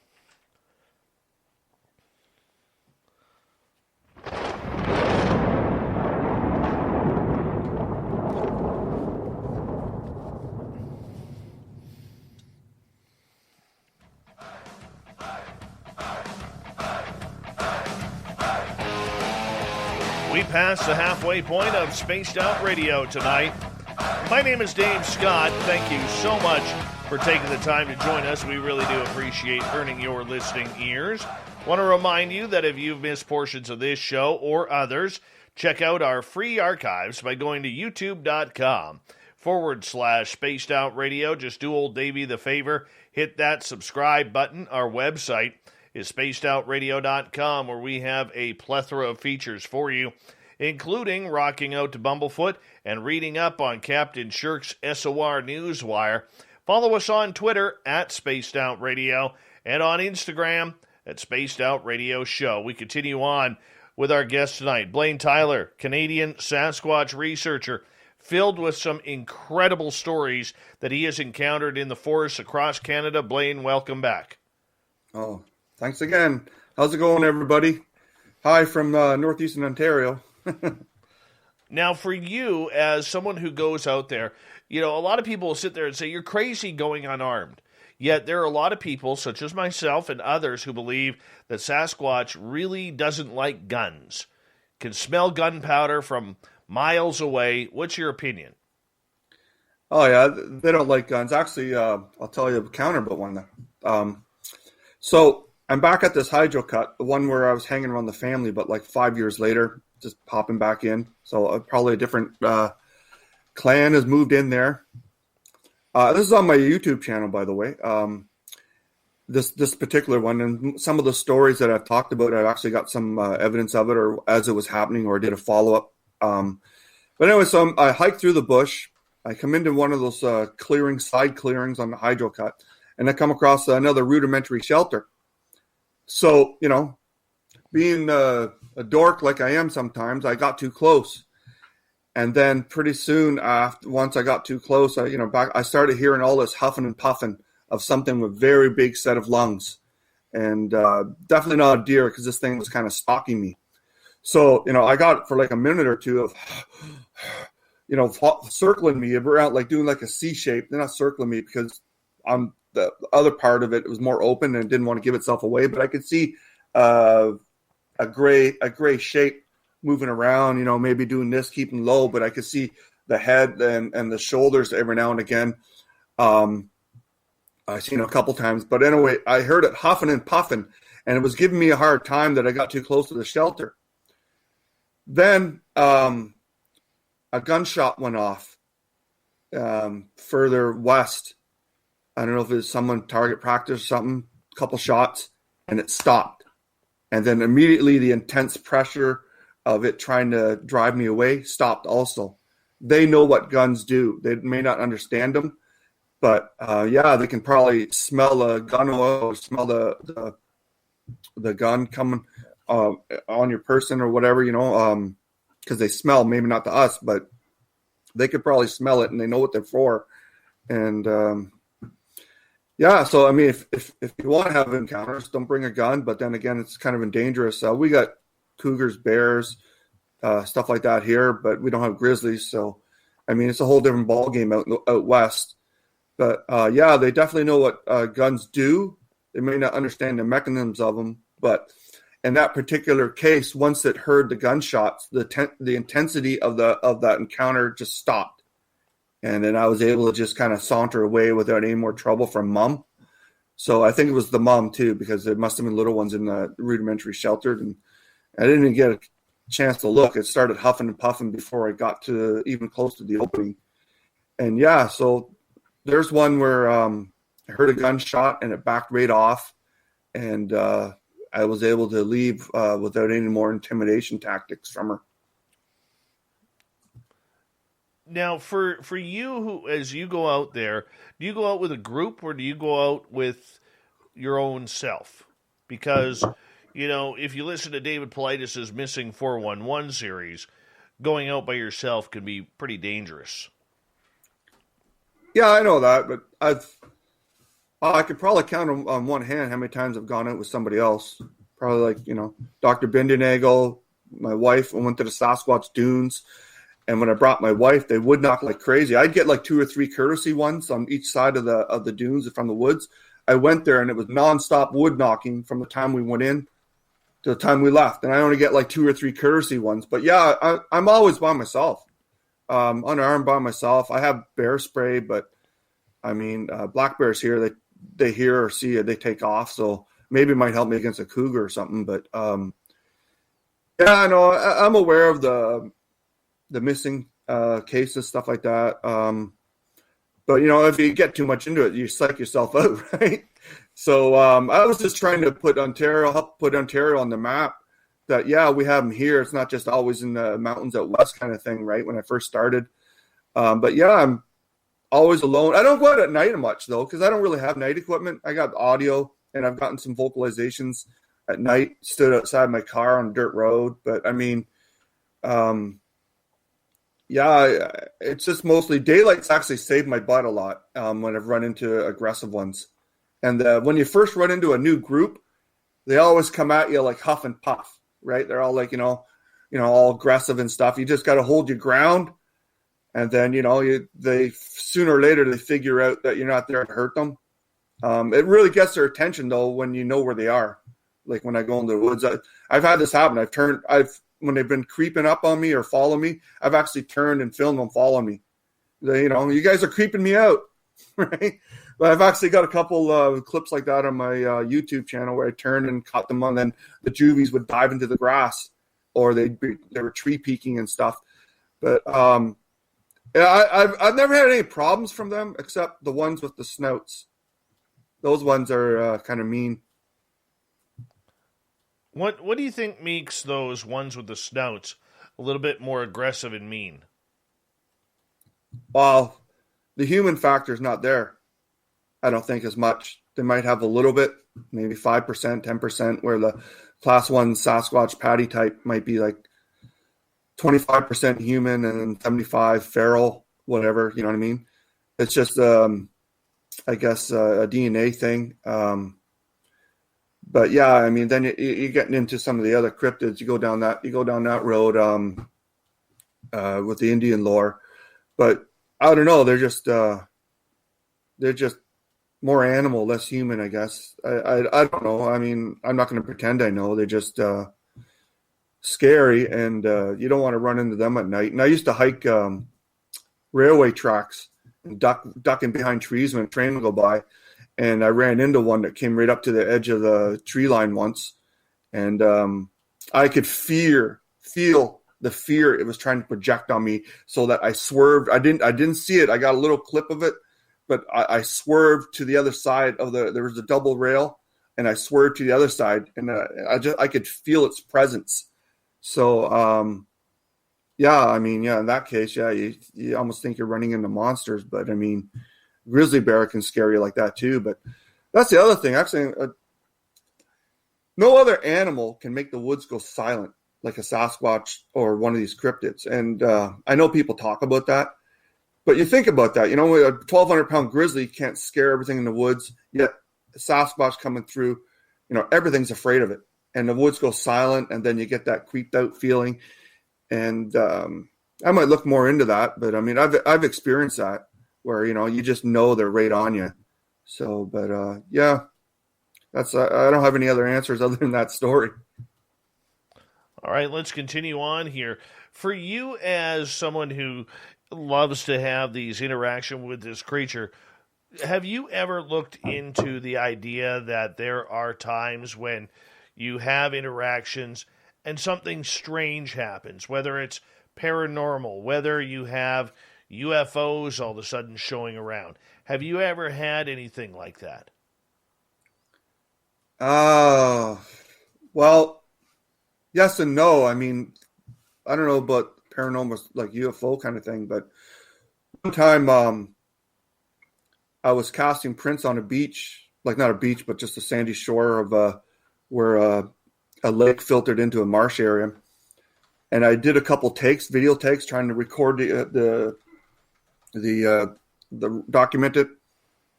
I said, okay, so then I was walking back. I had my I didn't have a monopod. I had my video camera on a big boulder. And I was walking back to grab my camera, and as I was reaching out, something pushed the camera away from my hand and down onto the ground. Right in front of me in daylight. It was sitting there for 10 minutes. I did a couple takes, and you could actually see the momentum of the camera just take off and get shoved away from my hand. So I don't know. That's paranormal stuff. But yeah, mind speak they can do. Ethereal transition, the cloaking.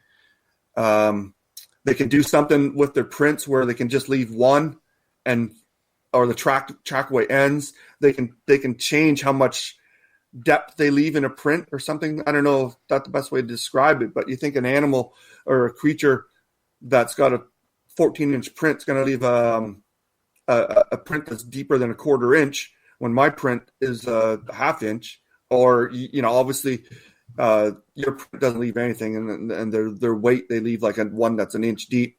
But yeah, lots of one print trackways, and I found trackways, but I've had weird stuff like that happen.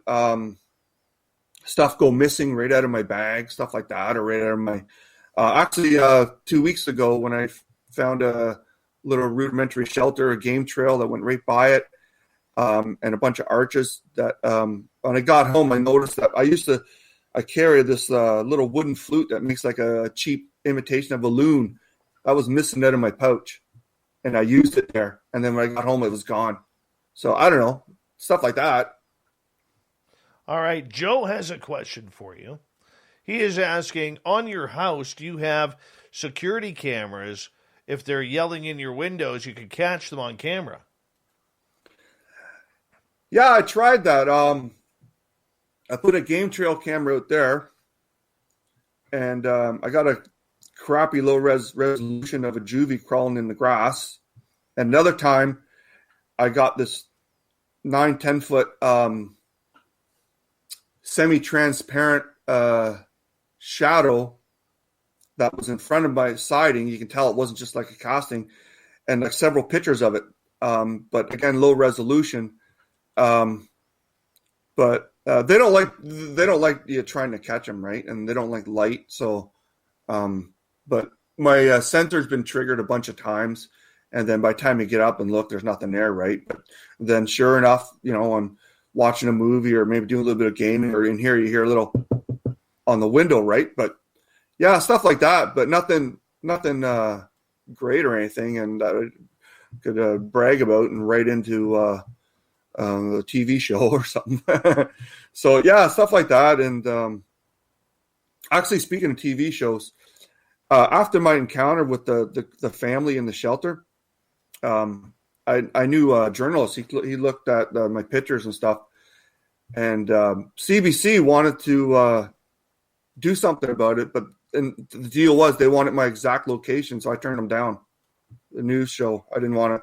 Plus, I would have gave me away. I work off the grid a lot. I post some of my stuff, but the more popular or famous you become, the harder it is to do research, because you get followed, or oh, there's that guy's car that goes out looking for Bigfoot or whatever, right? But yeah, I turned them down when they wanted my exact location. I said no deal.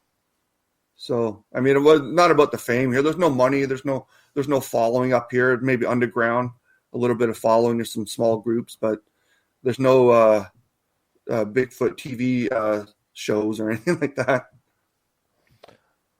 All right. Here's a question from Nikki, who's very, very intuitive, and sometimes she picks things up. It's a nice woo question here. Because of all your experiences with Sasquatch, do you know, have you been told, or remember if you were a Sasquatch in a previous lifetime? Oh, well, I don't know. I mean, like talking about reincarnation kind of thing. Yes. I don't know. They might know. I don't know, but I mean, there's been times where you just connected to them, where I just turned around, I can look right at them, and I know where they are. You know, even with them doing their hiding tricks, and that really gets their attention. If you can stop, turn, and look at them, say, "I see you," right, and talk to them, that really gets their attention, and then it either gets bad or it gets good that, you know, they start following you more, or they give you more stuff to do with them. But yeah, I don't know. I mean, I can't answer that. I when I got into this, the first rule I did was I didn't pay attention to what anybody else was doing, because nobody was getting footage at all, except the last decent one was Paul Freeman, right? So, and I thought, oh, there we go, we got more footage now, we're good. And then it just died away. So I said, well, geez, I'm going to go do it then. And like I said, it only took me 2 hours to find a group, but I don't know. I can't answer that. I just, you know, they've tagged me somehow. I can stay out of the woods for months and go back in, and then I get interaction like within 20 minutes of hiking. So that's basically up to interpretation. So when you're in the forest, for people who are maybe looking to have this kind of experience, what are we needing to pay attention to? Oh, like the signs? Or Yes. Okay. Well, first I'll say, like, for novice, don't go looking for them. Go for a hike in an area that they might be in. Don't think about them. Let them, because if they're there, they're watching every inch of your body movement, trying to get a read on you. And then I don't know if they can see your aura, or they can judge from somehow. But yeah, pay attention to the signs. I ignore it. Actually, I'll throw this trick out there. This tip: I ignore a lot of the stuff they do, so it forces them to give me something better. Like, there'll be wood taps and branch breaking. So then they'll do something else that really, really obvious, like step in front of me or bump into me or something. And then, okay, then I got something that's worth talking about. But yeah, that's how I do it. I don't go looking for them. I don't even think about them. Sometimes I used to try and tell them I'm coming, like with a group I know. But if I'm going into a new area, I try to block out thinking about them. And I listen to music or whatever, and I go in there so there's nothing that they can read off me if that's what they can do. But yeah, don't look for them. They'll find you, but they're going to find you if you go in there with no intent to hunt them, and that's even hunting them with a camera. How do they know? How are they able to pick it up?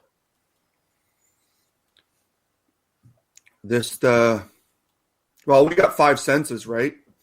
And so they might have more. I don't know. They can get a good read on you. Maybe your body language.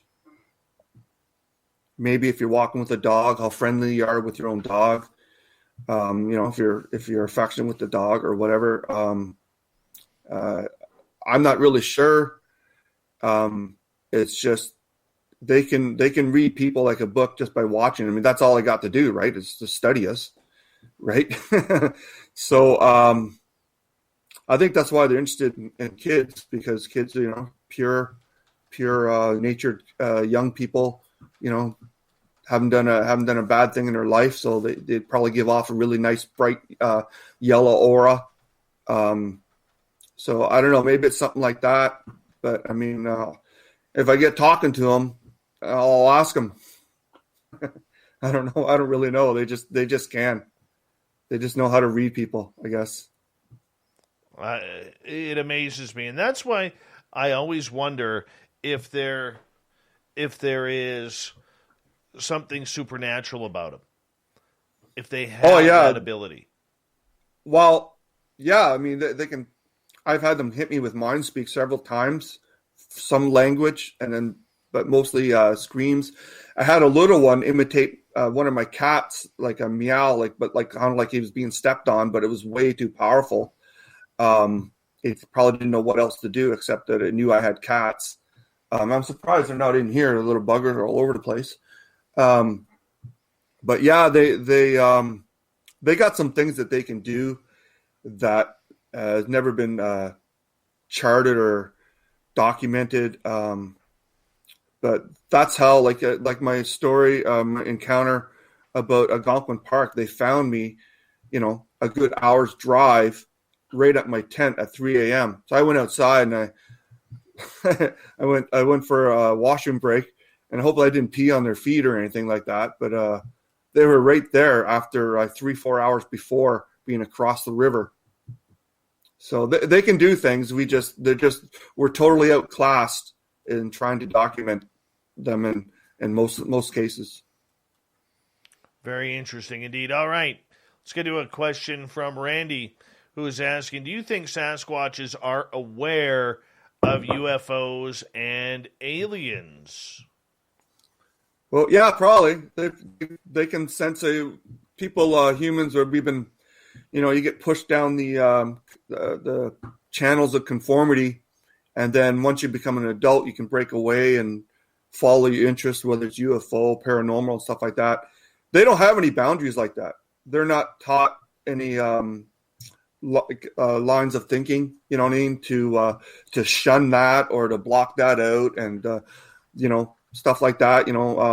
So they just take everything in. So if they're buzzing around, UFOs are buzzing around, or aliens are walking around, they're more than likely would be the best example of a creature that would be able to understand what was going on and be aware of them and interpret their presence and what they're up to. What do you think their purpose is? The Sasquatch, or like aliens? Let's go to Sasquatch. Oh, well, I mean, I think they're just trying to live out their lives without being hunted. But there's a few, because human encroachment, they can't help but see what's going on when we're building things or setting up a new hunting camp and stuff like that. So the most dangerous ones are the remote ones that you stumble across, and they're the ones who didn't want anything to do with humans in the area or people in the area. They're the most dangerous ones. The easiest ones to get to know are the ones that are already aware of human encroachment. I did a video of 3-4 years ago of a landfill was expanding, and the Sasquatch carried boulders the size of office chairs, placed them in the area that they were bulldozing, 3 in a row without leaving a footprint, and then to try and stop the dump expansion. So we've seen that around logging sites too. Yeah, but these boulders are like this, right? And so the guys were asking me, so how is that possible? I said, that's one of their tricks. They don't have to leave prints if they don't want to. They can interdimensional stuff. I don't know. I just know that they can do stuff like that, and I just accept it, right? It's if you want to have experiences with them, you can't force yourself down a channel where, no, I'm only going to look at the ones that fall into the ape designation. You got to just be open to everything, and then they'll give you more, right? They'll tap you on the shoulder, or they'll do a mind speak, or they'll take something out of your pouch. With me, I've lost a few things that way. But if you're like, no, they got to be some kind of animal or whatever, then and the flesh and blood, yeah, well, how can they find me at my tent 3 hours later from the other side of the park and hit me with mind speak to wake me up, if that's all they were? It's just a flesh and blood animal. On that note, I'm going to get you to hold on right there, because we are going to go to break here at the top of the hour. a lightning fast 2 hours here on Spaced Out Radio already. We have Blayne Tyler for another 30 minutes here on the big show. And then at the bottom of hour number 3, we will bring in Captain Shirk and the SOR Newswire, along with the thought of the day. That's a jam-packed hour 3, people. You better tune on in if you aren't already. But then again, you're not going to hear me say that. How about stay tuned? And we'll be right back with more Spaced Out Radio right after this. All right.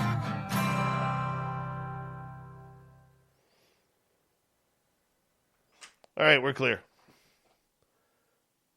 Some of my subtle encounters about catching a couple juvies going through my compost in the yard. You tell the people. I'll be right back. Yeah. So let's see. I have so many encounters like that, I mean, I was saying earlier that, 10 years ago, it would have been something to post, but now the encounters are, Sasquatch attacking a bus full of Boy Scouts or something, and then that's the only thing that gets a buzz, right? Steve over there reading emails, how to hunt guy, pretty cool.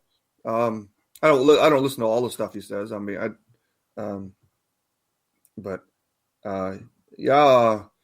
there's a lot more subtle encounters than the big dramatic ones. So, I've had them. I'll tell you this one. I don't know. I probably wouldn't get around to this one, but I've had them come right up to my tent campground even before I got my tent set up in daylight, and I could smell them. They were already there as soon as I just pulled in, and the tent. You just roll in the tent out of the bag, and you're like, "I've only been here 10 minutes. Give me a chance to set up." And then, sure enough, at night they're you could hear them shuffling around outside, and I didn't go out because I got my kids and at the time I had my dog. My dog was scared, trying to get as close to us in the bed as it could, away from the door. I didn't have a lock on, but I guess it wouldn't matter anyway.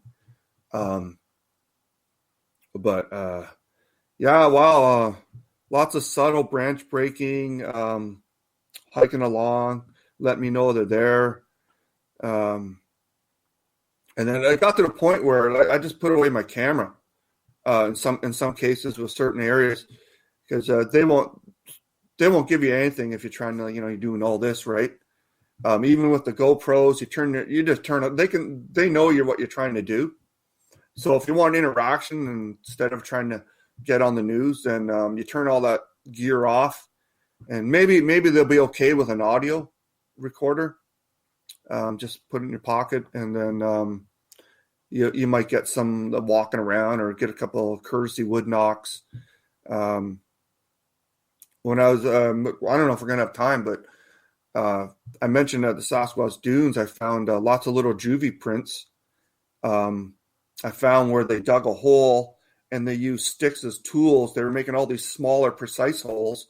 And then there was prints like that around it, like a big juvie hanging around the smaller ones or something. So, they're people. They're not animals. They're smart. But we're totally outclassed in the woods trying to capture them. I have, just because I can tell when they're around me. I've actually, like I said earlier, I turned around and I filmed juvies diving into the long grass, stuff like that. But they get mad if you're trying to if you're always aiming a camera at them and stuff. So I try not to do that. But I think it's pretty well known now about their existence. It's just people want to know, and other people don't want to hear about it. Right? They want to stay in their bubble and go camping without worrying about the big hairy creatures on the other side of the lake watching their children play on the beach. Right? So a lot of people are like that. They don't want to know. They're just happy in their bubble, not knowing about these the existence of them. And then, as Istahal always says, we start asking why, because there's a lot of people have had bad encounters. They've post-traumatic stress disorder from encounters, or they've had to sell their house, too much aggressive activity around their house, and they're not even trying to interact with them. Right? It's just they built a house where a clan lived, and the clan doesn't want them there.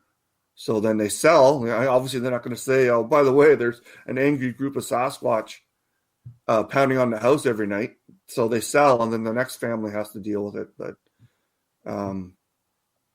anyway, yeah, I've had some scary things. When Dr. Bindernagel was here, I mentioned earlier, I argued with him over Freeman because there's other Sasquatch in that footage, just the same as there's other Sasquatch in the PGF.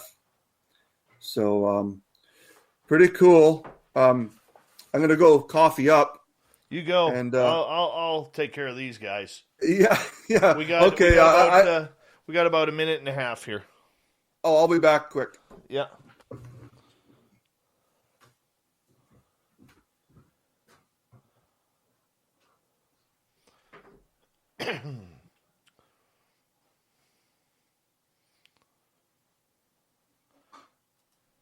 Hey, Pharmacy, how you doing, man? Good to have you back.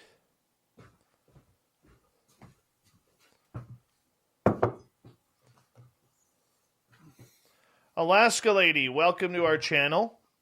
Thank you so much for joining us tonight.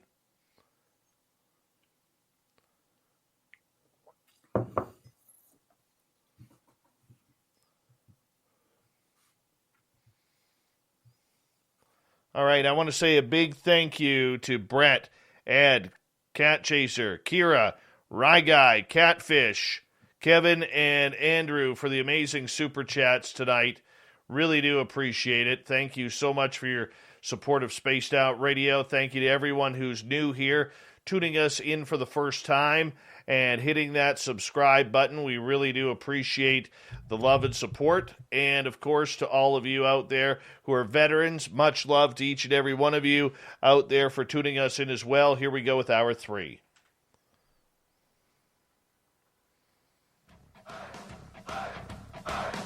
Would you like to connect with us? Head to spacedoutradio.com for all your latest show info. Now, back to Dave Scott and SOR. Third and final hour of Spaced Out Radio is now underway. My name is Dave Scott. Thank you so much for tuning us in. We really do appreciate earning your listening ears. Thank you to everyone listening in on our terrestrial affiliates around North America and digitally on TalkStream Live, Revolution Radio, and KPNL. All of our archives are free for you by going to youtube.com/Spaced Out Radio. Just do me the favor, hit that subscribe button. The Desert Clam has set the password for tonight in the SOR Space Travelers Club. Set a couple. Set a couple is your password. Use it wisely, Space Travelers, as the Clam sets the password each and every night, right here on Spaced Out Radio. Our website is spacedoutradio.com, where we have a plethora of features for you, including rocking out to Bumblefoot and reading up on Captain Shirk's SOR Newswire. Follow us on Twitter at Spaced Out Radio and on Instagram at Spaced Out Radio Show. For the final time tonight, we introduce our good friend Blayne Tyler to the show. This guy's got some amazing experiences regarding Sasquatch, and this is a show, if you're just turning in, you're definitely going to want to check out our archives on this one and replay it for yourself. Blayne, welcome back. Oh, thanks again. So I hope everyone's enjoying the show. A lot of things I'm sharing, it's just a portion of what I've encountered. Most of the time, you can't capture what you're encountering. It just happens too fast, and you just enjoy the encounter, or hopefully it's an enjoyable encounter, and then you say, well, maybe next time I'll get a picture or something. And that's what I do now. I take pictures because they're not like I don't want to say offended by your cell phone camera, but they don't seem to mind pictures as opposed to like a video camera being aimed at them perhaps like a weapon. Now, why do you think they think a camera is like a weapon? I think it's just the aggressiveness of pointing something at them and following their movements and trying to like hunt them, right? They're very aware of hunting when they're being hunted because they're excellent hunters themselves. So I think it's just an aggressive posture, maybe if you started shouting or started like pounding your chest or something like that. I think it's just the cameras themselves. They know what they're doing, just like they know what rifles do. So Interesting. Yeah, and it makes sense. But I got to ask you, I don't believe that everybody is a poor photographer out there. Okay, I don't believe that everybody is a poor videographer, whether it's with their phones or with a camera. And we always see is these blob squatch things. Mm-hmm. Okay, so I'm curious with you, what do you think is causing all of these blurry photos that are out there? Well, one school of thought is that's them in their natural state, like maybe doing their little camouflage tricks, and then when you catch one in the open, that's when they prefer not to be caught when they're not using ethereal transition like Patty or whatever.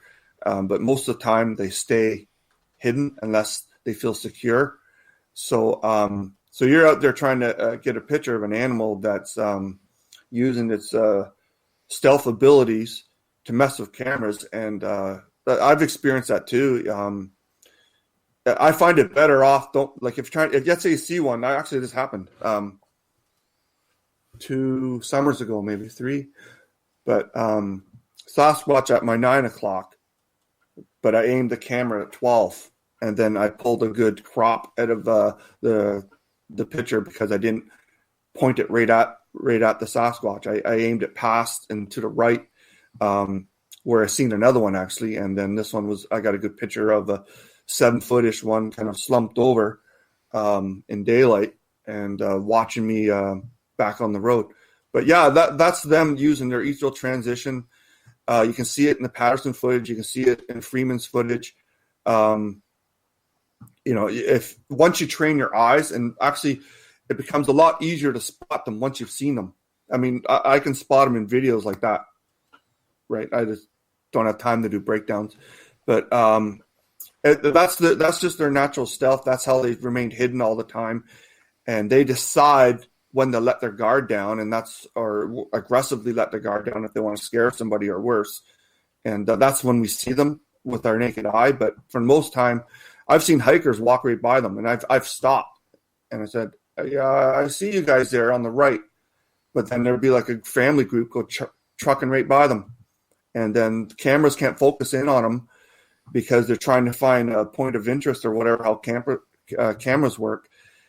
And their hair, their hollow hair, and I knew about their hollow hair for a while, will pick up the tint of whatever around them, be it tree bark or grass. If they're in the grass, the hair will pick up like a green tint, and that'll help them camouflage, and that'll make the camera even harder to focus on them. Wow. Okay. We got a question here from the guys from Third Phase of Moon. Hello, guys. We really appreciate the Cousins Brothers' support of this show. Is there any Bigfoot hunters that you know of in Hawaii? And do you think Sasquatch live in Hawaii? Well, Sasquatch means wild men of the woods, but people always identify it as the big 8-10 footers. But there might be, like, I'm not aware of what's going on in Hawaii, but I heard a little bit about lore of like smaller people there. I don't know. Duke would know. He's got guests on that talk about the little people. They're actually supposed to be more dangerous than the big ones, but I don't think the big 8-footers. But maybe they got the little guys running around. And actually, I think I've encountered those guys too. Yeah. So, but. Maybe not the big ones, but they might have the small ones, the trickster kind of ones. Right. So, right. That's very interesting indeed. So for you, when you are looking for these, and you say, you kind of let them kind of come to you and get comfortable. How do you know when you're comfortable around them? When your fear goes away. When they can sense your fear, they can probably even smell your fear. and then that helps them relax too, right? If you're afraid of them, then they think that you're a danger, maybe. And we're a predator too, right? We're the only thing that can challenge them, right? But they see what we do, tear down a forest, burn down a forest, whatever, fly over in a plane. So they're afraid of us too, right? So they're waiting to watch you for cues that you're not a threat to them, and it just slowly chips away until like me, they're coming right up to you and bumping into me. But I mean, that's, I guess, just relaying some of my experiences like that is the best way I can describe it. What do you use to create communication? Do you have a gifting site? Do you have any other sorts of ways that you do it? I don't gift. I very rarely tree knock. I don't do a lot of calls because, first of all, that gives away my location if there's anybody else in the woods, the sound ones. I brought small things like pipe cleaners, colorful pipe cleaners, marbles for the little ones. But then if a hunter goes through, then, hey, what's this all about, right? Because I have to go areas where there's hunters and stuff like that. I'm not like in the mountains. I have to sneak between hunting camps and use hydro cuts to get to areas. But I mean, that's, like I said earlier, I don't do all that because I found it, for me, it didn't really work. But I have brought like food and stuff like that when I want to show them, hey, I'm not a threat. Here, I'm going to leave some food for the mom and her kids right here, and then I'm going to walk that way, but yeah, I think they just, it's your body language. And, if you're out there in a big group, you're carrying weapons. I mean, you already got like 2 strikes against you if you got that happening. Just like Dr. B said, just try to enjoy a sighting or an encounter, like a wildlife, like any other creature, and then relax. And then they see that you're relaxed and they read that. And then, you might get a good picture. You might get a clip. You might get an audio. But that there's nothing special to what I do. I just don't do what didn't work for the last 2 decades. I just decided to start from scratch and just go enjoy my hikes. And then sometimes I have encounters. So you don't bring anything to gift them outside for the little ones? No, because I just, the food's probably not the best idea either, because I don't want them to be dependent that every time I go, I got to bring something. And then, like I said, where I go, sometimes I have to sneak across the private property to get to areas, and I don't want to leave signs that I'm there. Like if I'm out in the winter, I won't. Like I got a really nice picture of a female 2 or 3 winters ago, outside of a pond, and I didn't go over there because I didn't want to leave my prints for the landowner to come across. So it's the same thing with gifting. I mean, it's different out there in the mountains where you are, Dave, but I mean, I don't want to leave evidence that I've been there, because sometimes I have to sneak past hunting camps and stuff. The hunters, those guys, right? If there was such thing as I would have seen them in 30 years, and meanwhile, I got a picture of one 30 meters behind a deer stand, watching me do something in the field, but obviously it was there before, watching the hunters. And I showed that to hunters. Remember, I mentioned earlier in the top of the show how I had the one mimic human talk. And then I showed the guy the 2 before that. I showed the guy 2 of them I caught in the open. So I went back, and they made fun of that guy for bringing it up. Ha, ha, ha. And I said, this guy one of them? Yeah. So I went over and said, do you want to see a picture of one standing behind a deer stand? And he goes, oh, big flat nose. I go, yeah, like a gorilla. And it was like about 7.5 feet tall, about 20, 30 meters behind their deer stand. So that kind of ended that for him. And then no more laughing. But that's pretty much what I do. Interesting. And how often are you out there? Well, this year's been different. I just got over a knee a couple of years ago. I had a back thing, but I mean, I go out every week. I go to different locations. Sometimes I'll go, like COVID's really messed things up. A lot of extra people in the woods that normally wouldn't be there.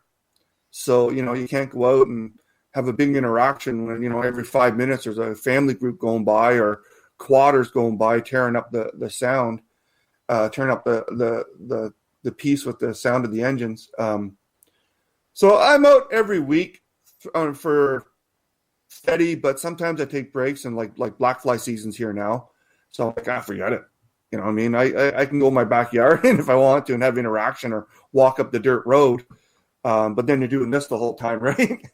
I wear nets and stuff, but so about once a week. But I mean, I used to go out more when I was a little bit more heavy into it. But yeah, that about once a week I go out. And do you prefer going out at daytime or night? Oh, I always go out in daytime. I mean, all my footage, all daytime, all my interactions, 95% of it, 90% of it is daytime. I don't have night equipment. I have gone out at night and just fired up the audio and just sat there on my car with a coffee and stuff like that, or just put the audio right in the windows right here. I've gotten wood knocks, vocalizations, samurai. So I didn't record the samurai, but it's right here outside my window because they follow me back to my house. But at night, I don't need to go tramping around the woods and then run into the wrong type of cryptid, right? Because there's more than Sasquatch out there. True that, especially in my area. But we look forward to it, but you made a comment earlier. I mean, there is nothing freakier, whether it's daytime or night, when all of a sudden you're in the middle of an area and everything goes silent. Yeah, you can feel it. It's so the intensity, or if it's a scary encounter, the dread, you can literally feel it. And I've had that happen to me, and then I'm like, wow, this isn't a positive thing. So then I leave. I mean, I can go back another day, right? Live to tell it. Live for another day. Get a footage another day. What's good is filming one. If you don't make it out alive, or if you get injured, or if one takes a swipe at you and you got to walk around for the rest of your life with a claw mark on your face explaining it. So you run into that dread, just turn around, leave. You want to run into the positive encounters. There's no shortage of Sasquatch. People for the longest time, people thought there's like maybe 100 in all of Canada or something, right? Or there's only Meldrum said what? There's only about 8,000. I'm like, I probably got 8,000 within 100 clicks of my house, right? It's just they stay in their ethereal transition state all the time. And then the rare 1% of the time, someone has a sighting when they let the guard down. What do you mean by ethereal transition state? Cloaking. That's the Dr. Bindernagel's word for it that we discussed when I first started talking to him, that, this is a real thing that they can do. This isn't a spiritual lore from the First Nations. I've seen them cloak and decloak right in front of me.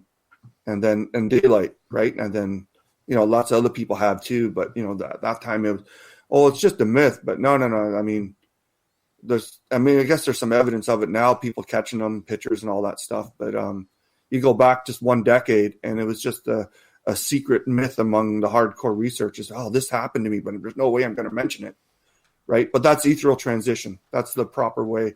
I try to say the proper terms for stuff. Like I try to stay away from calling them, the SQ8 Squatch thing, or I don't really use woo. I say strangeness, stuff like that. And with cloaking, I call it ethereal transition. This creature, if it can cloak itself, obviously has some sort of supernatural ability. And this gets back to cameras as well, the blurriness of everything. Do you think in that cloaking that it could make itself blurry so that way we're only seeing pictures of these blob squatches? Oh, yeah. Yeah. But, that's definitely, they're doing it intentionally so that we're not capturing them on film and stuff like that. Sometimes you get something that you bet, like the Beast of Seven Shoots, he didn't know that creature was there. He was taking a picture of a waterfall. So its guard was down. It didn't know, I don't have to cloak. He doesn't even see me. Right. So he got a picture of it. He had to crop it. It was down here at the 5 o'clock position. and that was right after someone reported their dog go missing. So, but the guy who took the picture didn't have any clue that this thing was running around. But yeah, they do it unintentionally. But when I had my shepherd, she could see them, and sometimes that would tip me off to where they were, and I'd turn on the camera and I'd film them, even though I couldn't see them with my own eyes. I just follow her lead where she was looking. We have less than 5 minutes here to go with you tonight on the show, and it's been a show that has flown on by, and this has been a lot of fun, man. And yeah, we definitely have to bring you back on to talk Dogman. Yeah. I love the Dogman. The Gudwee, as Duke says it. Yes.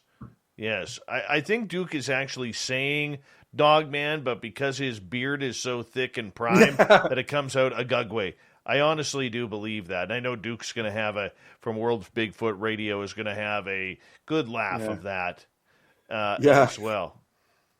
Yeah. It's probably, I tried talking to him about that, but, he just wanted to, trim it a little bit so we can get the proper pronunciation, right? Oh, that's exactly it. So, I think you hit the nail on the head there. Yeah, I've had. What was that? I said, I think you hit the nail on the head there with it. Yeah. And I don't use Dogman. Yeah, it's been around and stuff like that, but there's different species of them. In fact, I got footage of something with a snout not too far away from my house after they slapped my house. The next day, I went up on the county road and I spotted one and I filmed it in the winter, just sitting there under a tree trying to get warm up in the sun. It was in the middle of the mid-morning, stuff like that. But I'll have to come back and talk about those ones. I've had some scary encounters, and actually the scariest thing that I've ever encountered wasn't a sighting. It's something I heard. Well, we got 3 minutes if you want to tell us. All right. Well, okay. I'll drop this bomb on you then. All right. So when I was back to doing the hydro cut, after I encountered the family in the shelter a couple times working around prints and stuff, I went further up, and Duke's the only one I've ever mentioned this to, because I had back then I only posted stuff I had evidence of. But I went further north on the hydro cut, and the group that I was working with followed me on their side. And I think they ran into another group because it sounded like a couple of them were fighting. And you don't want to hear that. You don't want to hear Sasquatch fighting. I was just, and then I was looking for the dirt road. It was like a burst, 5 seconds long, screaming and crashing and thumps. And then I just where's the road? And I don't care if there's any on that side. I walked right through the forest, could walk right by them. I went right to the dirt road and I just worked my way back to the car after I heard them fighting. And that's something you never want to hear. It was just more scary than my Dogman encounters. Just hearing a couple of big alpha males going at it because they crossed into someone else's territory. And the X's, the barriers, they're not for us. They don't care about us. They're not worried about us. That's to tell other Sasquatch, hey, there's already a group living here. So, don't be taking our deer or whatever they're trying to communicate. The barriers are to tell the Sasquatch to bugger off. There's already some living here. But yeah, I think I intentionally started a fight between two groups. The initial group that has been hanging around, and then the one that they ran into when they followed me up the hydro cut. Horrible sounds. All I'm saying is I want to pay for that pay-per-view. I totally want to pay for that pay-per-view. Blayne Tyler, do us a favor, as we got about a minute to go here. Let everybody know where they can find your channels on YouTube and your research. Oh, well, okay. So Blayne Tyler over on YouTube. I used to call it Finding Sasquatch. That's when I'm in the field. I also have a little side segment I call the Bigfoot Barn Show. Commentary. Sometimes I have a guest on or something like that, or talking about politics. That's also on YouTube. I'm on Facebook, Blayne Tyler, and my group is Finding Sasquatch. I'm on Rumble, just under Blayne Tyler 1. So yeah, but I'm not on social media a lot. I find I get more things accomplished by working off the grid. But I'll post some stuff. But I've just recently upgraded all my equipment, so now I just got to get an editor that will play nice with my computer. But yeah, that's where you can find me. Rumble, over on MeWe. Sometimes I visit Duke's group there, the World Bigfoot, and then YouTube and Facebook. Right on, so, man. Hey, thanks for that, by the way. I appreciate that. Not a problem. Blayne Tyler, thank you for coming on Spaced Out Radio. We really do appreciate you taking time for us. We're going to bring you back on to talk about Dogman in a couple of months. Coming up next, we have the SOR Newswire. We have the Thought of the Day. Stay tuned. Spaced Out Radio continues right after this.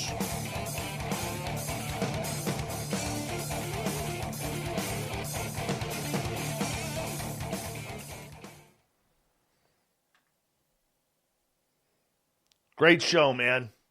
Hey, thanks. Great show. I hope you had fun.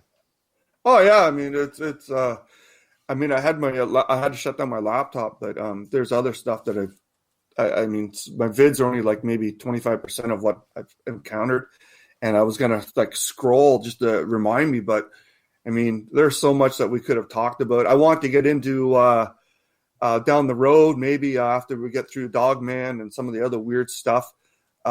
I want to talk to you about maybe the PGF and Freeman's footage, the comparison and stuff like that, and other Sasquatch in their footage that only someone with a trained eye could spot them.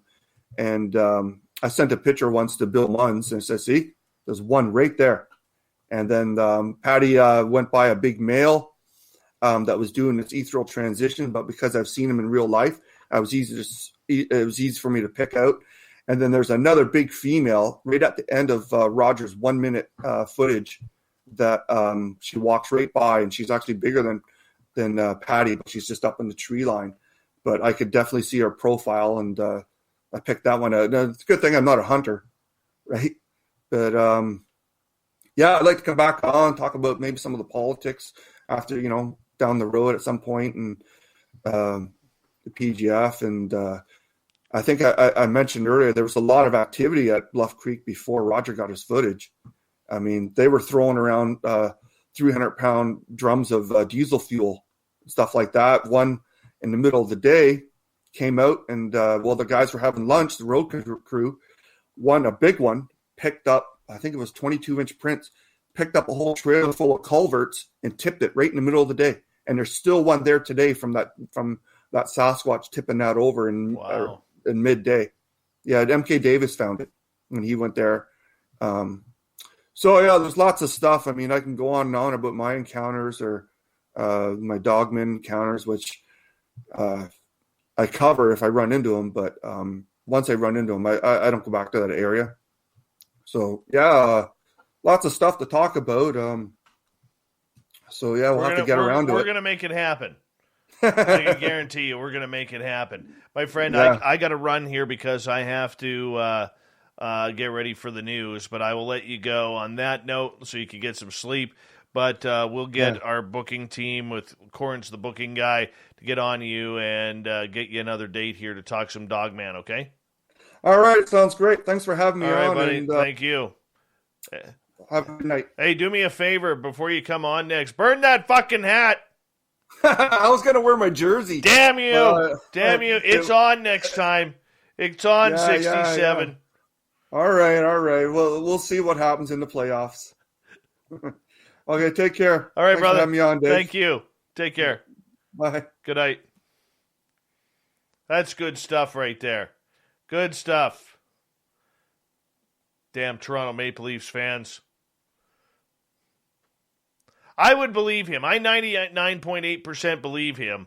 But considering that he is a Toronto Maple Leafs fan, there is a 0.2% that I do not believe him because he likes the Leafs and believes the Leafs will win the Stanley Cup one year.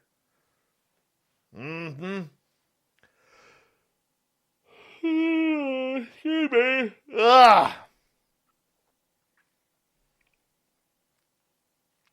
By the way, I trimmed the beard this morning. Trimmed it up a little bit.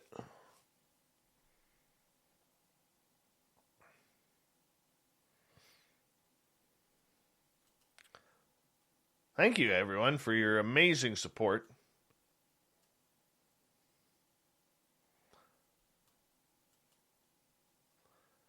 Goddamn Toronto Maple Leafs fans. That's right, Fapster. That point 2 is bang on. Ayaz, how are you?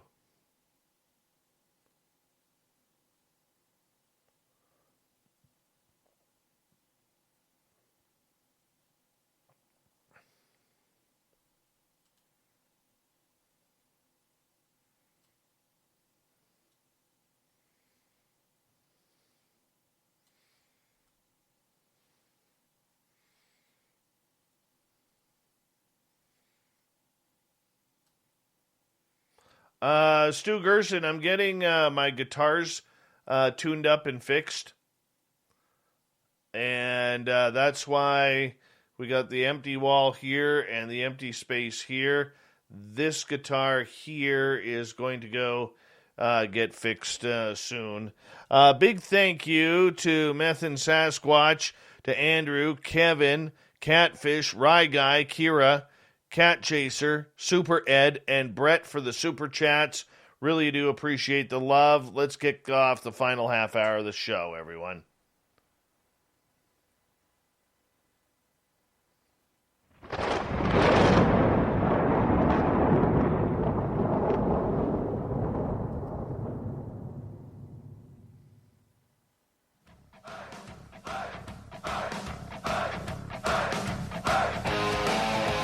We rounded third. We're headed for home tonight on Spaced Out Radio. I am your host, Dave Scott. Thank you so much for taking the time to join us. Really do appreciate earning your listening ears. Want to remind you that if you have missed most of this show or others, check out our free archives by going to youtube.com/Spaced Out Radio. Do old Davey the favor, hit that subscribe button. Our website, spacedoutradio.com, where we have a plethora of features for you, including rocking out to Bumblefoot and reading up on Captain Shirk's SOR Newswire. Follow us on Twitter at Spaced Out Radio and on Instagram at Spaced Out Radio Show. Speaking of the news,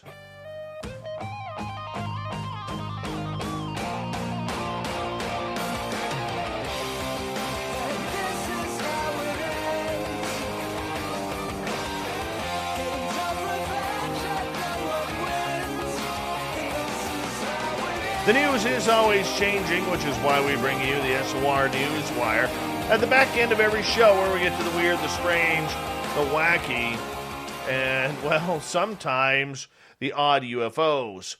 A former Delta Force operator has shared his unusual UFO encounter while working out in the desert at a nuclear facility. Dr. Dale Comstock, who spent 10 years in the Delta Force, spoke on Tommy's podcast where he opened up about his extraterrestrial encounter. Oh my. After admitting that he hadn't actually been inside Area 51, but had been all around it, he claimed there is some weird stuff going on out there. He added, "I saw something one night that was really bizarre, and I just had no explanation for it. There's none. So I was in a military vehicle in the desert, and it was a flat desert, except there was one, like butte in front of us. Just one in the whole damn desert. I remember they told us we had to wear radiometers. So we had these things on, and we were told to stay out of an area that has a fence around it because that's where they load the nukes for testing." Oh my, this is getting a little bit strange. And then he says, "We were driving at night vision goggles. We somehow drove through into one of those pits. I don't know if the barbed wire was broken or what, but we stopped, and all the dust settles, and we were like, oh crap, we're in one of these pits. I'm sitting there, and I look at the butte, and on the back side of this butte, I see this light, like super bright light, go up. It's going up, and it's just kind of hovering, and I'm like, holy crap, what is that? It wasn't a helicopter because we were close enough, we would have heard it. It came up and it was bubbling around. We actually drove, and we drove around the backside to try and see what it was. The butte was the same all the way around. There was nothing there. It just popped up behind it, and as we drove around it, it was gone. I can't even explain what it was. It was not like a flying machine like any human has been making for years, for sure, but it was a bright light. He then added that the UFOs are 100% out there. Well, there's no aliens in there. We kind of got ripped off by some clickbait there. Clickbait. A cat landed safely and survived after jumping out of an upper-story window of a burning building in Chicago. The fire broke out in the afternoon at a multi-story building in the city's Inglewood neighborhood, according to fire officials. Firefighters responded to the blaze, which contained a one unit and promptly was extinguished. However, there's a video posted on social media by the Chicago Fire Media that showed smoke coming from broken, open windows on the 5th floor. And then, soon after, this cat decides, I've had enough of this. I've got 9 lives. I'm jumping for it. I'll waste one of them because this fire stuff is not good for kittens. So the cat decides to stick its head out of one of the broken windows, then jump as someone in the crowd appears to yell, "Look at that cat!" Audio gasps were also heard from onlookers as the cat fell, bounced on the grass, and walked away safely like nothing happened, basically meowing at the people, saying, yeah, that was routine. That was totally routine. 9 lives for a cat that jumped from a fire at 65th and Low. Cat hit grass, bounced, and walked away. Yep, that cat is badass. That cat is badass. Let's just be honest. Sticking with animals for a second, a Florida man risked his life wrestling with an alligator to save his dog. Mike McCoy was walking his dog Jake in Pasco County when a gator emerged from the water and pulled Jake under. Well, a teacher at a nearby school was looking out the window at the time and witnessed the incident. McCoy said Jake, an 8-month-old chocolate lab, was in a death roll with the gator, but he didn't think twice about jumping into the water to save him. No, he went all Iron Sheik on this alligator's ass. He said he thumbed the gator in the eye and picked him up out of the water, gave him a suplex, put him in the camel clutch, and made that gator humble. And then it let Jake go. McCoy told the station that he and his dog suffered some minor injuries that required stitches, but both are fine. The Florida Fish and Wildlife Commission is working with the trapper to remove the gator from the pond. I think I called that pretty damn good. I'm not going to lie. Made him humble. That's right, Fapster. Made him humble. You get it. I get it. All right. No matter how big of a Slayer fan you are, this isn't the situation you want to find yourself in. It's actually kind of a little gross. A woman is sleeping soundly in the dead of the night in her bed when suddenly she wakes up. There's something wet dripping on her nose from above. Concerned that it might be a plumbing issue, she turns on the light, wipes her face. She looks at her hand, and her eyes fly wide open with terror because she screams. She is smeared with fresh blood. How gross is this? This is like right out of a horror movie, but this is reality. Sound familiar? You've probably seen a similar scene in a number of horror movies. Unfortunately for this Texas woman, this is what happened. Ana Cardenas from El Paso woke up on May 11th with gore dripping into her apartment through the ceiling. Needless to say, Cardenas was slightly shocked, considering how common blood pouring from the heavens is in the apocalyptic prophecies of many world's religions. She might have thought the end of days was nigh. Luckily, the world goes on. It wasn't the apocalypse, just her upstairs neighbor's vital fluids seeping into her apartment through her ceiling. Because that clearly makes the situation just so much better, doesn't it? The night before the horror began, Cardenas had gone to bed as usual in her apartment. It gets pretty hot in Texas, so she had turned on her ceiling fan before hitting the hay. Around 4 a.m., Cardenas told the media that she woke up. She could hear clearly that something was dripping somewhere. She thought it was the rain, but then she realized the droplets of something were hitting her blanket and face as well. At that point, she got up to see what the noise was all about. Can only imagine how she felt when she turned on the light switch, and because of the fan, her entire face hair bed is covered in blood. It grossed me out, she says. No kidding. I was in shock. No kidding. I thought, this isn't real. This is a dream. Wake up. That's no kidding. Unfortunately, this wasn't a nightmare. The blood was flowing through the ceiling and running down her ceiling fan, which then flung it all across the room. Not sure what to do. When you wake up to blood dripping on your face, she grabbed her phone. Called the maintenance number because, there might be a leaky pipe for blood in the building. Yeah. And she's like, hey, get up here. Got blood all over the place. They said, are you sure? And she says, blood is falling on me. Now, she called 911. There was much more ready to believe when they saw the evidence. Both police and firefighters showed up. Firefighters knocked on the door, received no reply. Out of abundance of caution, they broke the door down. Once inside, they found up above an older man laying down on the floor. He was already long gone. According to police, the neighbor had died from natural causes. His corpse had been on the floor for 5 to 6 days, long enough for it to begin to decompose. The body was laying exactly where my fan is underneath. He had a carpet, but the blood seeped through to my ceiling and onto me. So, if this isn't nightmare enough, the question is, now the room above her is going to be haunted. Her place is now going to be haunted. And you know what? She got to move. If she stays in that place, there's going to be Zach Bagans and all the paranormal investigators all over the place looking to figure out what the heck is going on. Internet fads and memes are usually pretty harmless, but sometimes they cross into genuinely dangerous territory. Example, remember the Tide Pod thing that plagued social media? Yeah, that is our future, by the way. Just remember that. But the latest thing leaves Tide Pods in the dust. It's not only potentially more dangerous, but also infinitely more disgusting. So this is what's happening on the internet these days. Oh, today's children. Yes, those Gen Zers, or in Canada, those Gen Zers. Apparently, some people have gotten it in their head that it's a good idea to eat raw spoiled meat.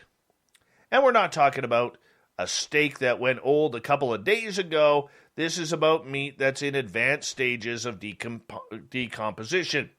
We're talking about meat that's green and brown, swarming with bacterial colonies.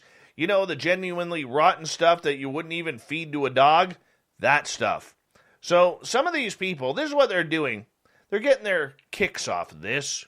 Can we use the word kicks these days? Or is that to 1979 and words that our good listener FAP uses? Well, either way, let's move on. So this is what they're doing. They get the meat, they rot it out. It produces a sense of euphoria because they're getting high off of this rotten meat.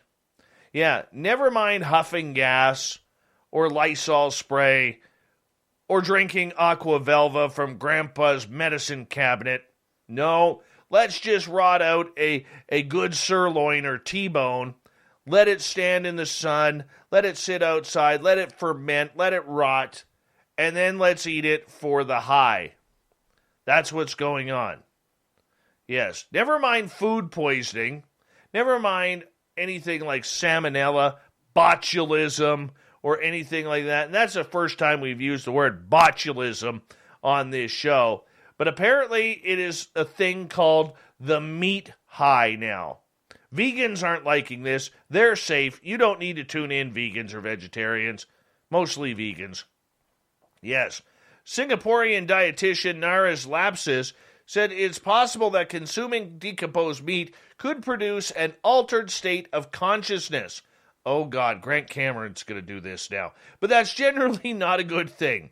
If you're leaving meat out for anything from days to months to years, you know what kinds of bacteria are going to grow, except on a McDonald's hamburger, and some of those bacteria might have chemical properties that are going to give you a high or hallucination or a feeling of euphoria. Look, I'm just going to tell our listeners right now, because some of you are weird, okay? And I mean that in a good way, but don't try this at home.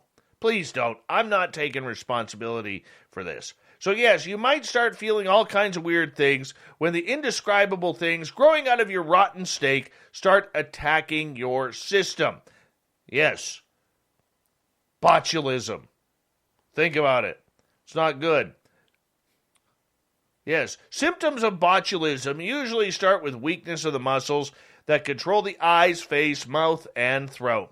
This weakness may spread to the neck, arms, torso, and legs. Botulism also can weaken the muscles involved in breathing, because that's kind of important in life, which can lead to difficulty breathing and even death, according to the CDC. Is died from intentional eating rotten meat something you really want on your obituary or headstone? Let's be smart. The vegans got it right on this one, and let's just call it the day.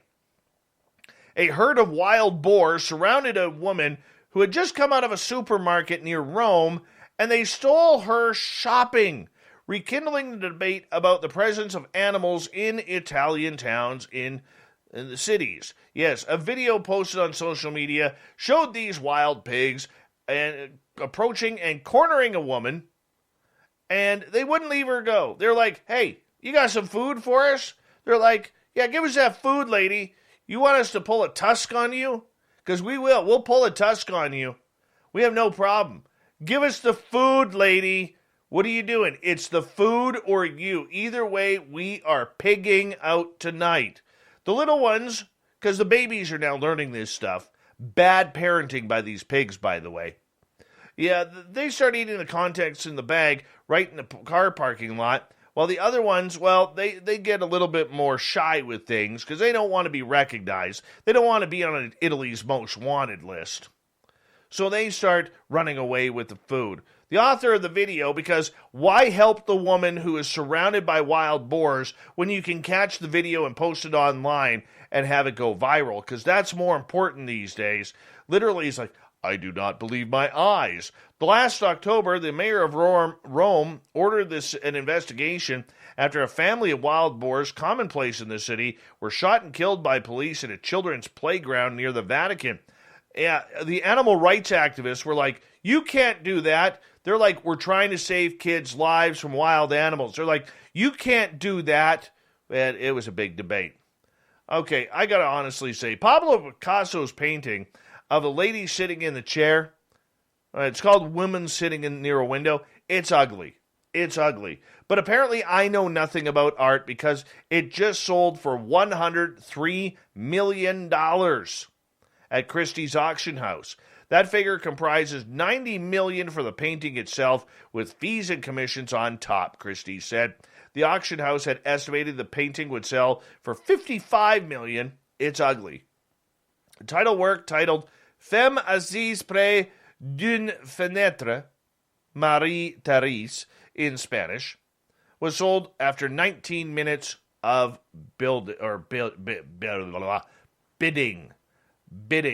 And finally, Georgia man, acting like Florida man, has been arrested after he allegedly drilled holes in the tank of a parked U-Haul truck to steal gas during the ongoing fuel shortage. Good job. Apparently didn't realize that it could explode. I don't know if it did or not, but 25-year-old Jesse Smith, who's the suspect in this case, managed to collect just 5 gallons of fuel, and his actions caused a massive gas spill in Griffin, Georgia. Firefighters worked in the rain through Wednesday afternoon to clean up the spill. Police said it was caused by damage to the fuel tank, which had been intentionally punctured.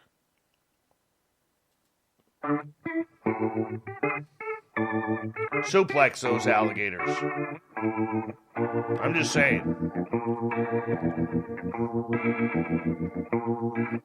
Thought of the Dave happens every night at this time, where we ask a question on our Facebook and Twitter pages, then read your responses on the air because we love the audience participation around here. Today's Thought of the Dave is as follows. What's the best adventure you've had in your life? Dirty filth. Current. When I went to Costa Rica and had an epiphany. Changed my entire life around sitting atop of a mountain in Monteverde. This will be replaced after the SOR Vegas party. Woo! Aussie, Aussie, sister, sister. Traveled to around India with my dad. My idiot brother, Ozzy, told us never to say no to any request. It led us into some crazy adventures. Best holiday ever. Always say yes. Haunted history. Many cool adventures. All involved road trips. Sad to see Greyhound will be no longer. In younger years, had great adventures traveling in the U.S. and Canada on the bus for cheap.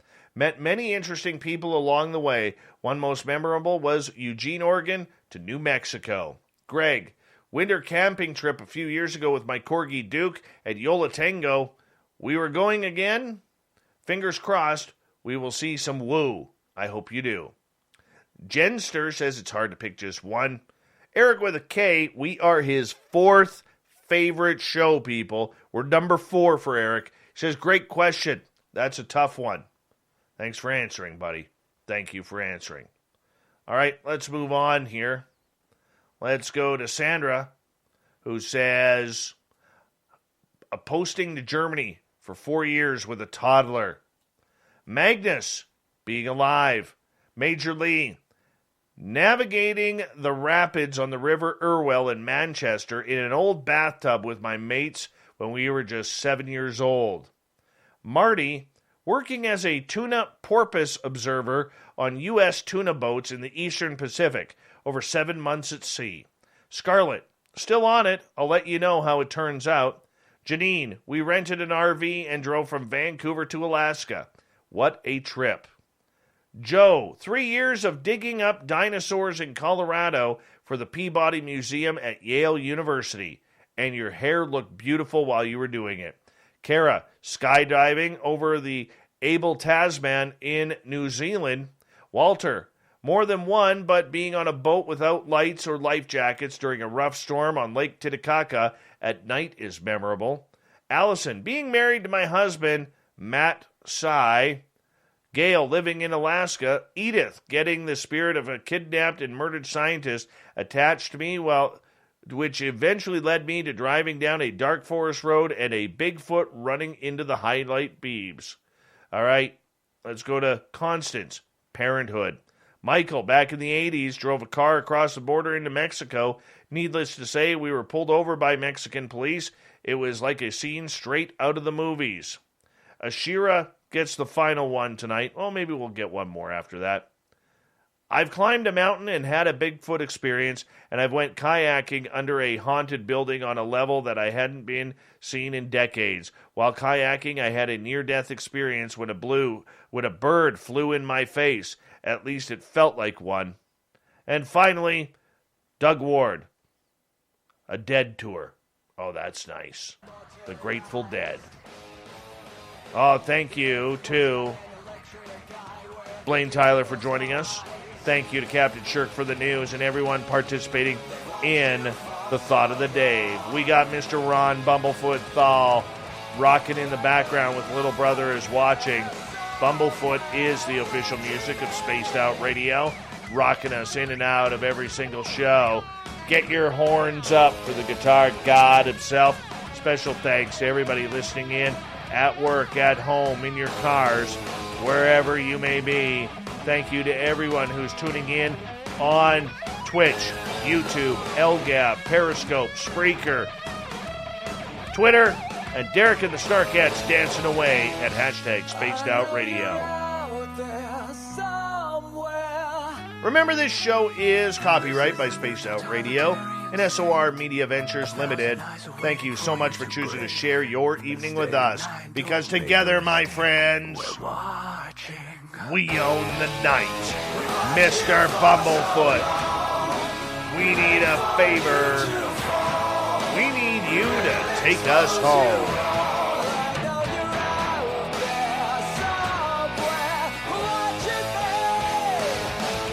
Yes, the Woo Train has docked for the night.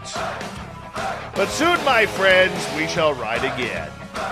Your seats are always available. Your tickets never expire.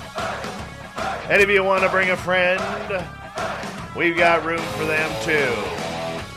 Party on, weirdos. Good night.